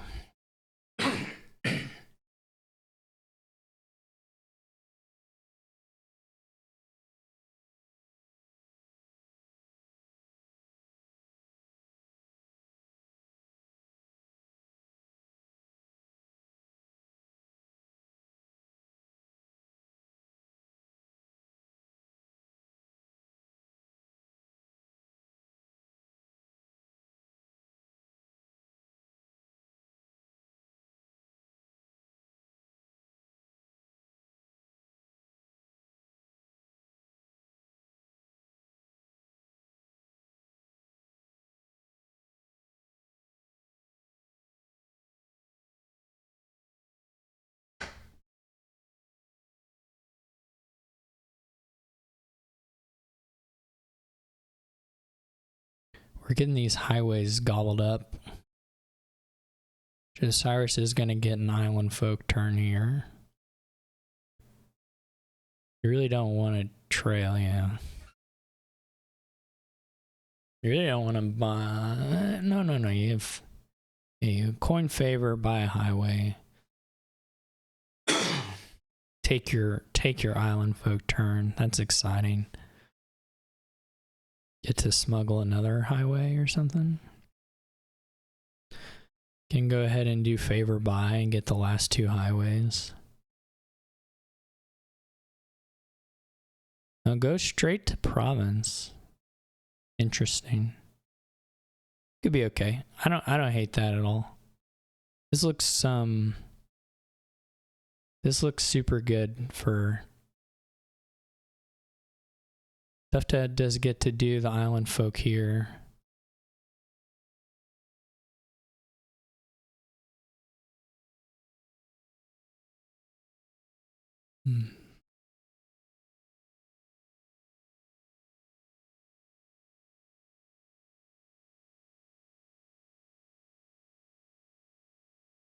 It'd be really... I would be interested to see this played with a little more discipline in the first half. Just curious to see if it shapes up or not.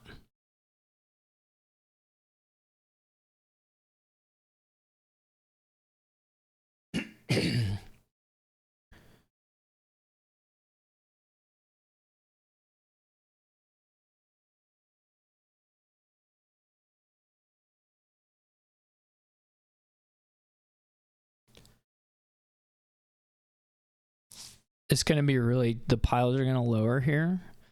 And Josiris is going to be up by like 2 turns.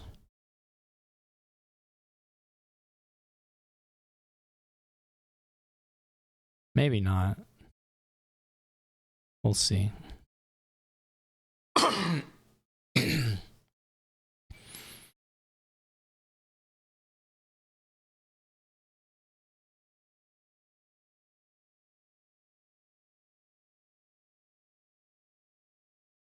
The real question is, will somebody accumulate enough favors to do another one of those island folk turns? It's a jack, interesting. Oh, drew a jack, not gains a jack. This could be a nice jack, actually.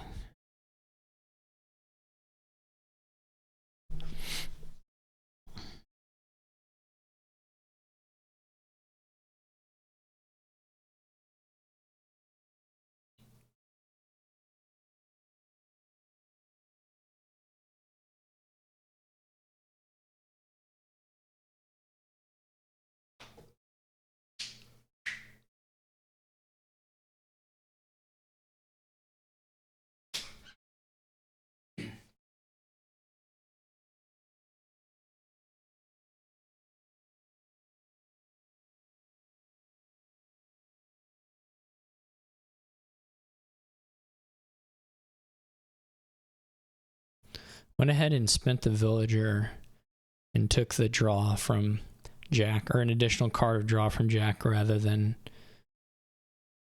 taking the trail and preserving the villager. It wasn't like seeing more cards, you still see the same number of cards, but letting the Jack draw one more, I guess.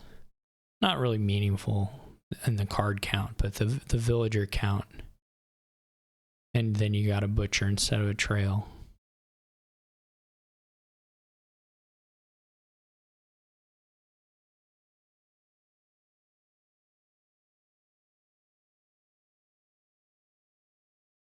Burns a copper into a duchy. What? I hate that. Sure do hate that.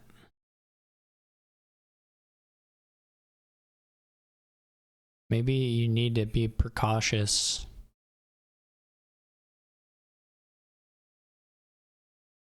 But just at first glance, I sure hate it.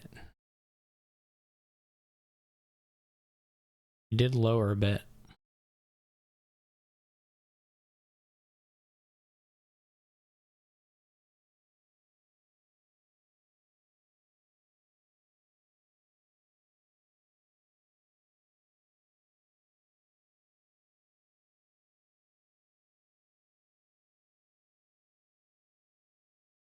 Now what happens though? It's hard for tufftaeh to lower the trails or the butchers. So then everybody just takes duchies from trails over and over forever. Could be.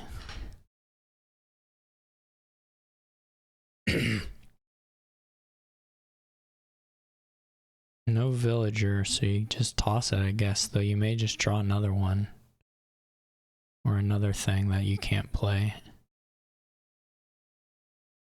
That was good. I mean, you're not really happy about it, but you pulled a province off at least. Gotta buy province. Burning that many coffers on that duchy was actually crazy.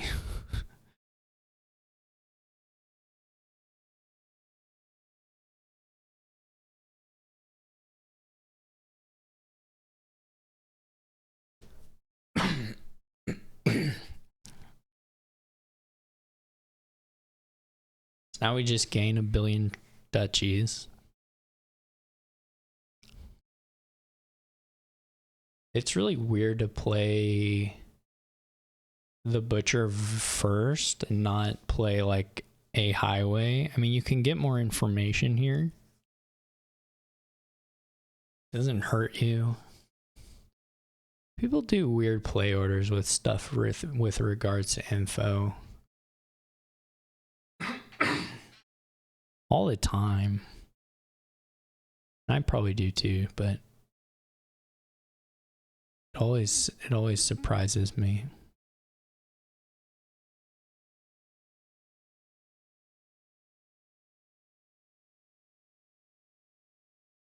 I guess you could argue that maybe you wanted to keep a highway to butcher the highway into a province. That might be a play that's better at some point.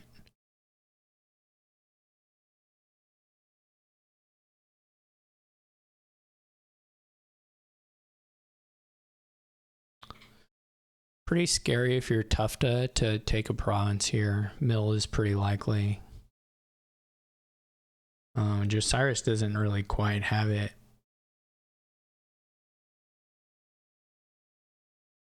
In hand or anything, but still gets to see a couple more cards. Now, if they had 1 billion more coffers.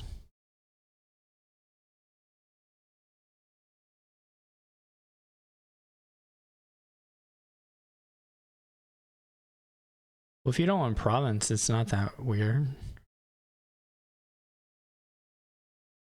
You're not probably getting to 5 favors, so the buy could be valuable in another hand. Now, they did go for province, which is crazy, I think. Now, this is wrong. You gotta play one of those trails. Ooh, they're actually pretty close to being able to smuggle the province, but they're not there. Now, if you're Josiris, you really need to see more cards. So you should take a trail off this butcher play. You really need to find your bauble, or you need to find just like another butcher. This is not enough.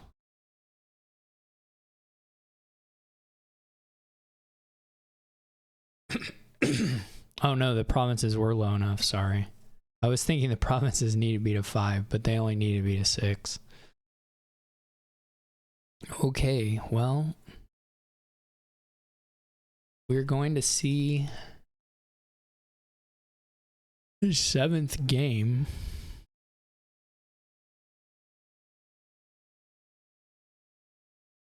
I need to make the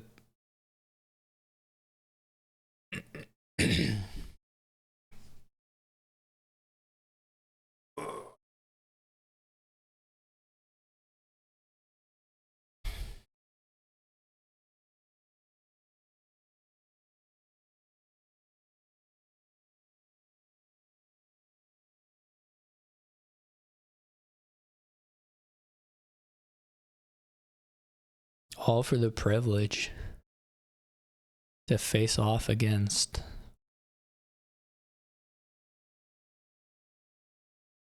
our storied B division players. What do you have here? Like Cyrix. I have read a story or two.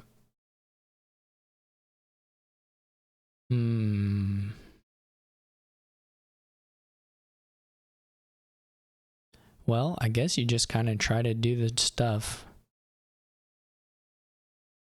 I'm sure that clears it all up for everyone. Anvil is okay here because it can gain experiments. Not saying you're like, oh, I'm going to buy an Anvil right now, but you might take it. Certainly, everything on the bottom row is gainable. And 4 of the 5 cards on the top row are gainable. I think you skip Familiar. I think with Guardian, you just don't bother. If Guardian wasn't here, I would agree. And in fact, I didn't see Guardian at first, and I was about to say that Familiar looks important, but I think with Guardian, you just take the Guardians.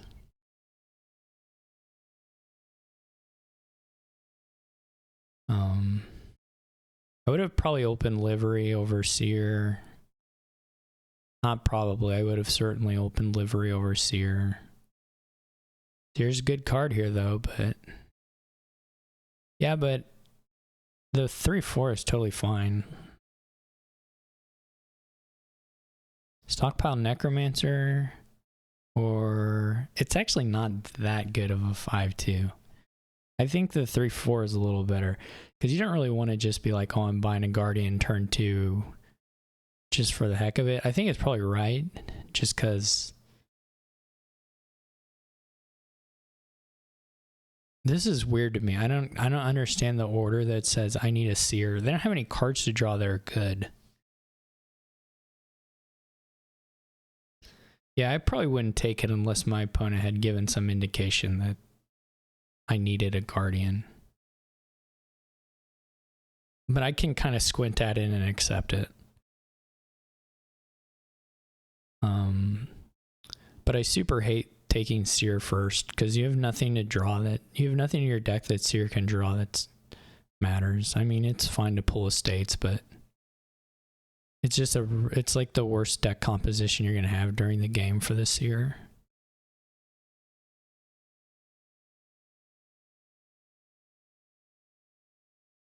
So I just fully don't get opening it. And the livery's nice. You play livery, you buy a 3 or a 4 or a 5, and you get a horse. That's great.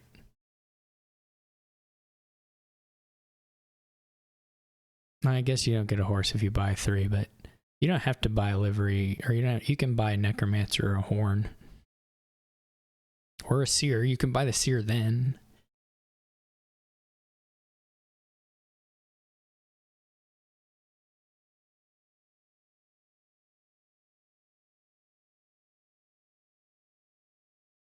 It is true that you will be buying 3s throughout the game, and livery doesn't pop off for that. That's a fair complaint about the livery. But question is, is someone going to be a person who's like, I think I'm just going to be the necromancer guy. I have the advantage in the necromancers. Let's apprentice these experiments or horses or whatever and go to town. I always like trying to be that guy. It's always good times.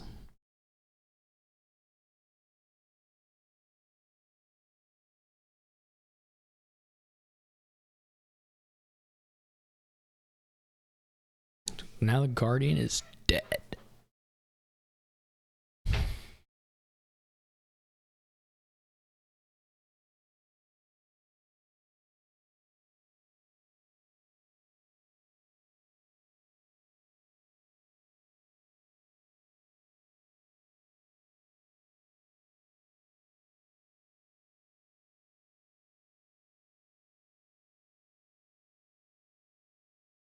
5-2 is definitely not clearly better than the 3-4 here at all.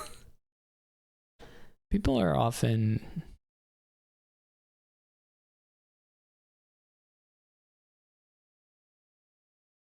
bedazzled by the 5-2s.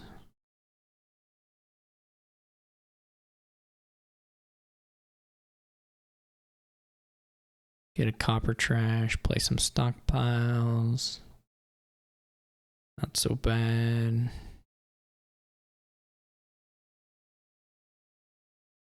I don't know when you, as long as you're doing this stockpile stuff, it's not like, yeah, you can just keep doing sears.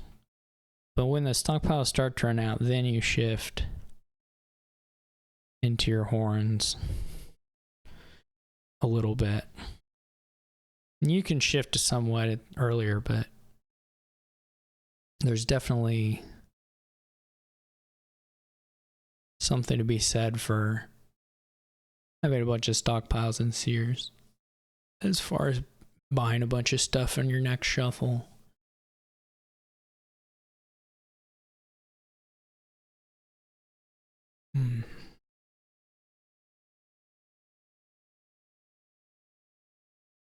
Gets a sear draw, but then the sear itself gets terrible luck. Sad times. Who's trashed more coppers? I haven't followed that very well. That's kind of important here. Gets the anvil now. I don't remember. Probably. I had kind of forgotten about it, actually. Till you reminded me. What was that one? That was with Minion Pawn. What's bad is, well, I would have needed to get a couple games because Tracer had the tiebreaker on me.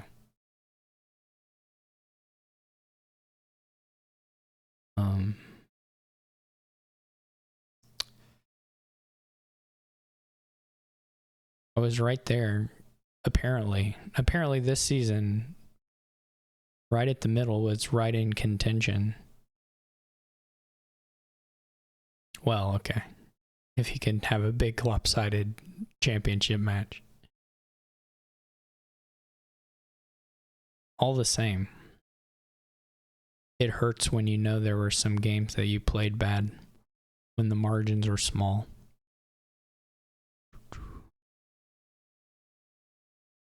I'm not mad at Seer, I'm mad ultimately at myself forever and always. I wonder if we see the stockpiles just disappeared.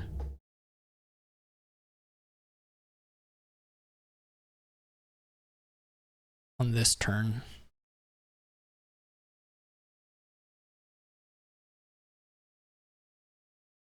Yep, they've gone away. 2 experiments? Well, 4 experiments. Experiment Necromancer. Who has 2? If Josiris has 2, maybe not. Somebody's got to start trashing these experiments. Give us some draw. All these stockpiles are going to disappear. You got to have some horns. Maybe you take the horn. I mean, you don't have to do it this turn since tufftaeh has another stockpile shuffle, but you do have to get it eventually.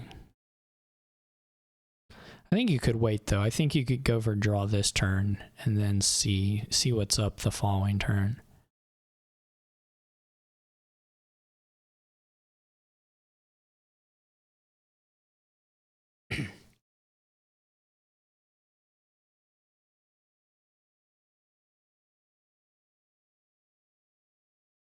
tufftaeh dives right in. This is really not a drawable shuffle. Not remotely. Oh my gosh. And the Guardian. Now they did get a really nice opening hand, so maybe it'll pan out. But 5 stockpile, I mean, this is asking for like a pseudo dud.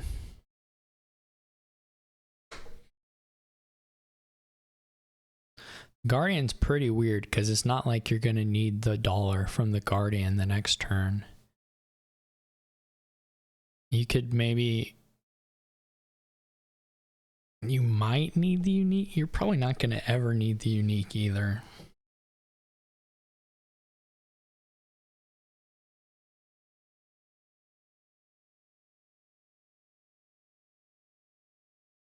That's not impossible though.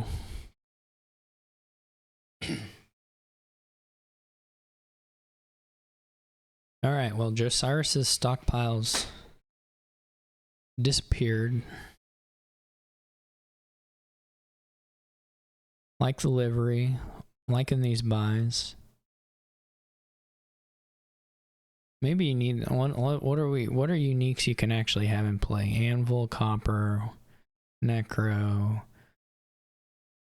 Horn, Seer, Livery 6. Maybe you do need the Guardian. I mean, it's that or silver, plus a Caravan Guard.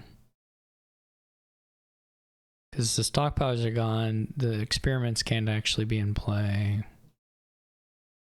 1, 2, 3, 4. Yeah, it's like silver Guardian, I guess, so.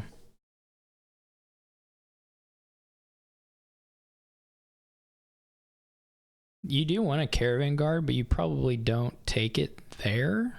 It's okay. But like, you don't need your horns to be at 8 yet, so you should probably just take experiments until you actually need the Caravan Guard for something, which you're not going to need it for money.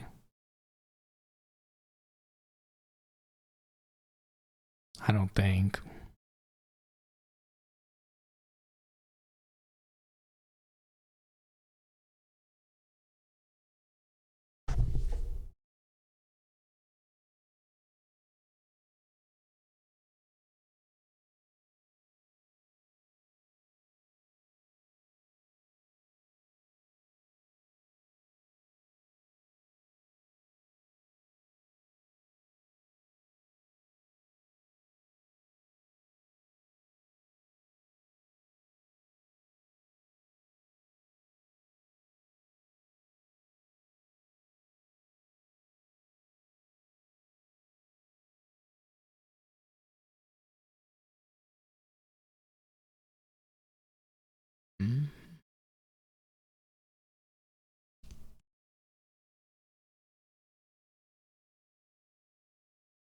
There'll be some 3-pile consideration soon. I guess it's gonna reduce since tufftaeh can't just pile out right now. I don't think. I didn't count it, but I assume not. The tufftaeh can't just pile out right now, then the 3-pile pressure goes away pretty severely because no one actually has very many horns yet.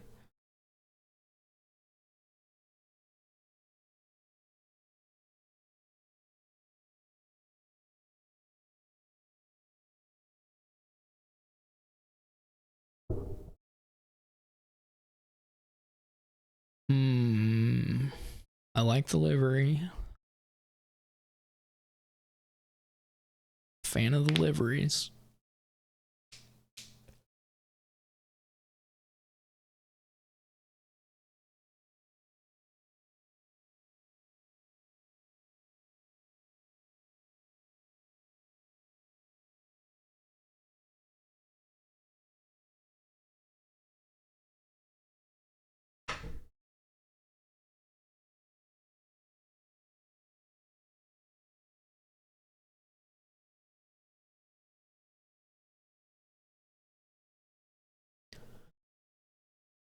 This is a funny, how do we say this? The price interaction things are funny here, right? There's like two sides of it that are the opposite. Like the livery doesn't benefit, the livery benefits from having 5s, 4s and 5s, and then the seers benefit from the 3s and 2s, 3s and 4s. And there's just the Necromancer is the only card on the board that kind of fits in that spot where you're both sides are happy. But they haven't actually beefed the Necromancers up. Not that they should have, but they just aren't beefed up at all. So you can't actually spam them. I guess you could start spamming them and then beef them yourself.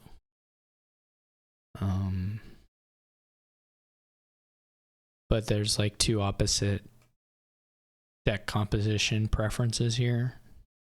It's kind of funny. Two very slightly overlapping preferences. So is someone gonna do it? Are we gonna see it right now? We do. I love it. Absolutely love it.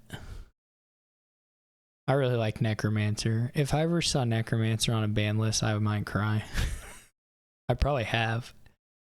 But that's like a crime.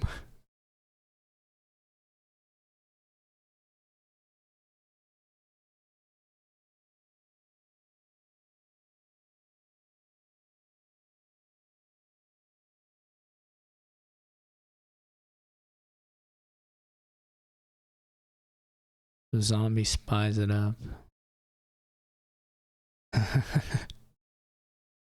Are those the actual stats? Nice.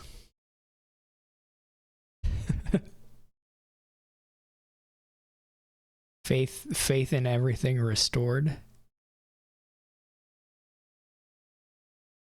You gotta get a hop, maybe even 2 hops. Probably double hop.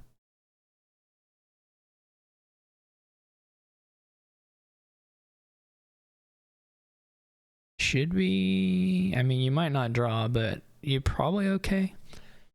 I mean, you got through this without playing one of your experiments and without playing one of your seers, so. I mean, seer's always a little bit weird, it can change, but.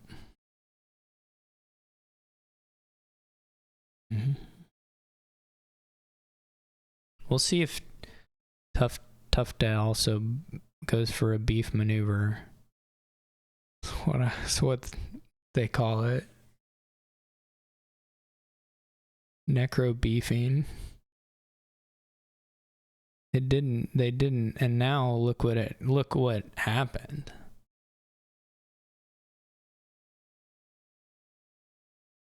It is also what's for dinner. If you weren't going to do that, you also probably need to play. I guess they're going to spy it off. No, they did that then.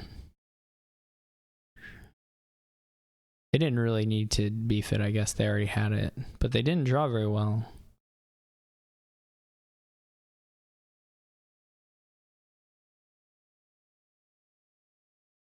Not great. They did find the livery in the hops though, so so it works out okay.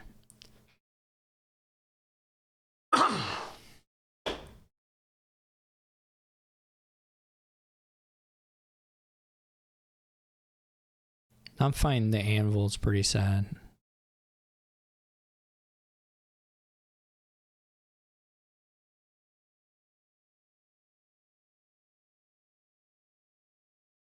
So I was gonna say Josiris is not. You should probably just take silver. Well, no, you don't get a horse. Like if that's your angle, you might take silver, but you don't get a horse, so not sure about that. You also might actually want the gold just for. Well, no, you probably never need it if you draw versus silver.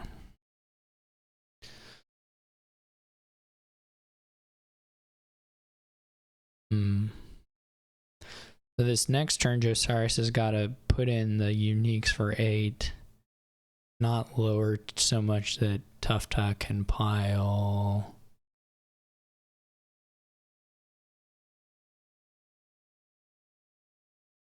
Which shouldn't be too hard.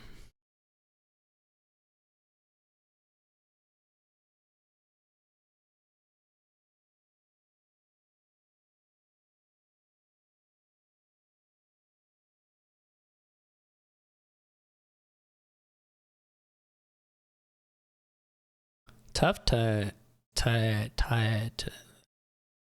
They already have 8 uniques. They draw deck, they can gain provinces next turn.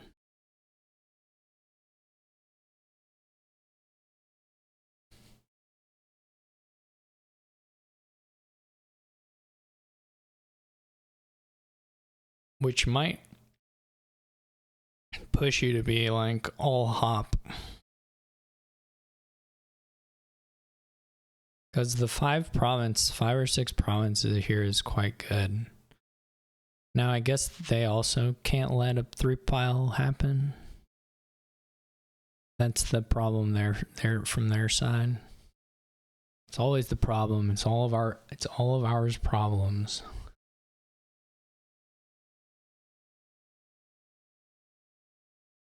Trying not to let our opponent win while trying to win ourselves.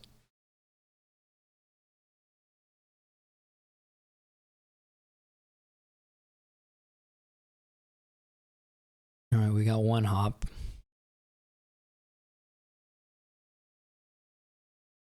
Do we see 2 hops? You probably need 4, I would guess.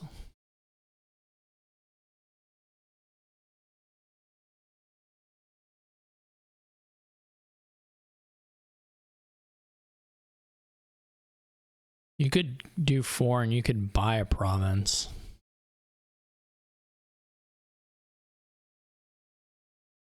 I kind of like that double hop buy province. I don't know exactly what's left here. What are the likelihood of drawing? What the likelihood of drawing was for the next turn, but your opponent can't do provinces at all this very next turn. So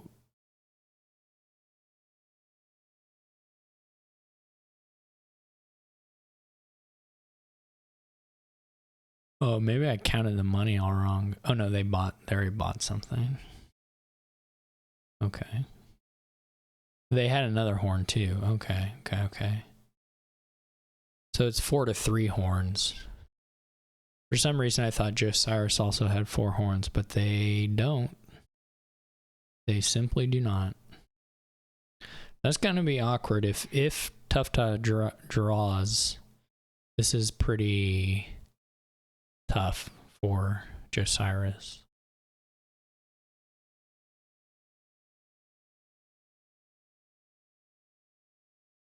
Also, just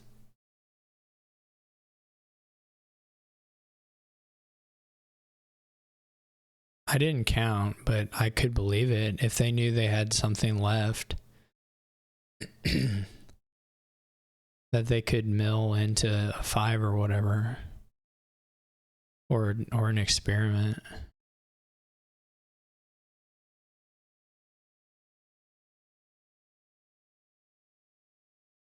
What do they have? They have 5 gains. So 1, 2, yeah. Yeah.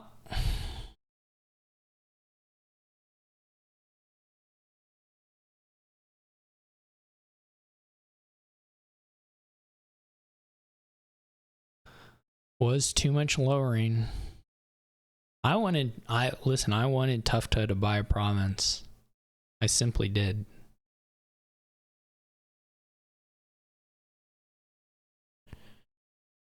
We'll see if Josiris is looking about it. I wonder if Josiris knows about how the rule is. Yeah. Because they sure seem confused at some points. But if A-Libby let them know, that's on them. We're about to find out. Because I don't think you gain an experiment unless you know you're going for it. For these game 7 matches, yes, that's how it works. just because they need some way to close it.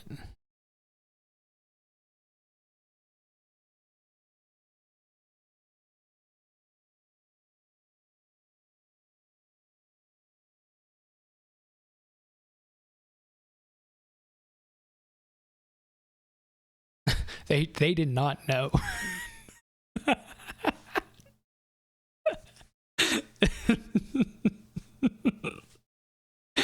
Oh, that's so good.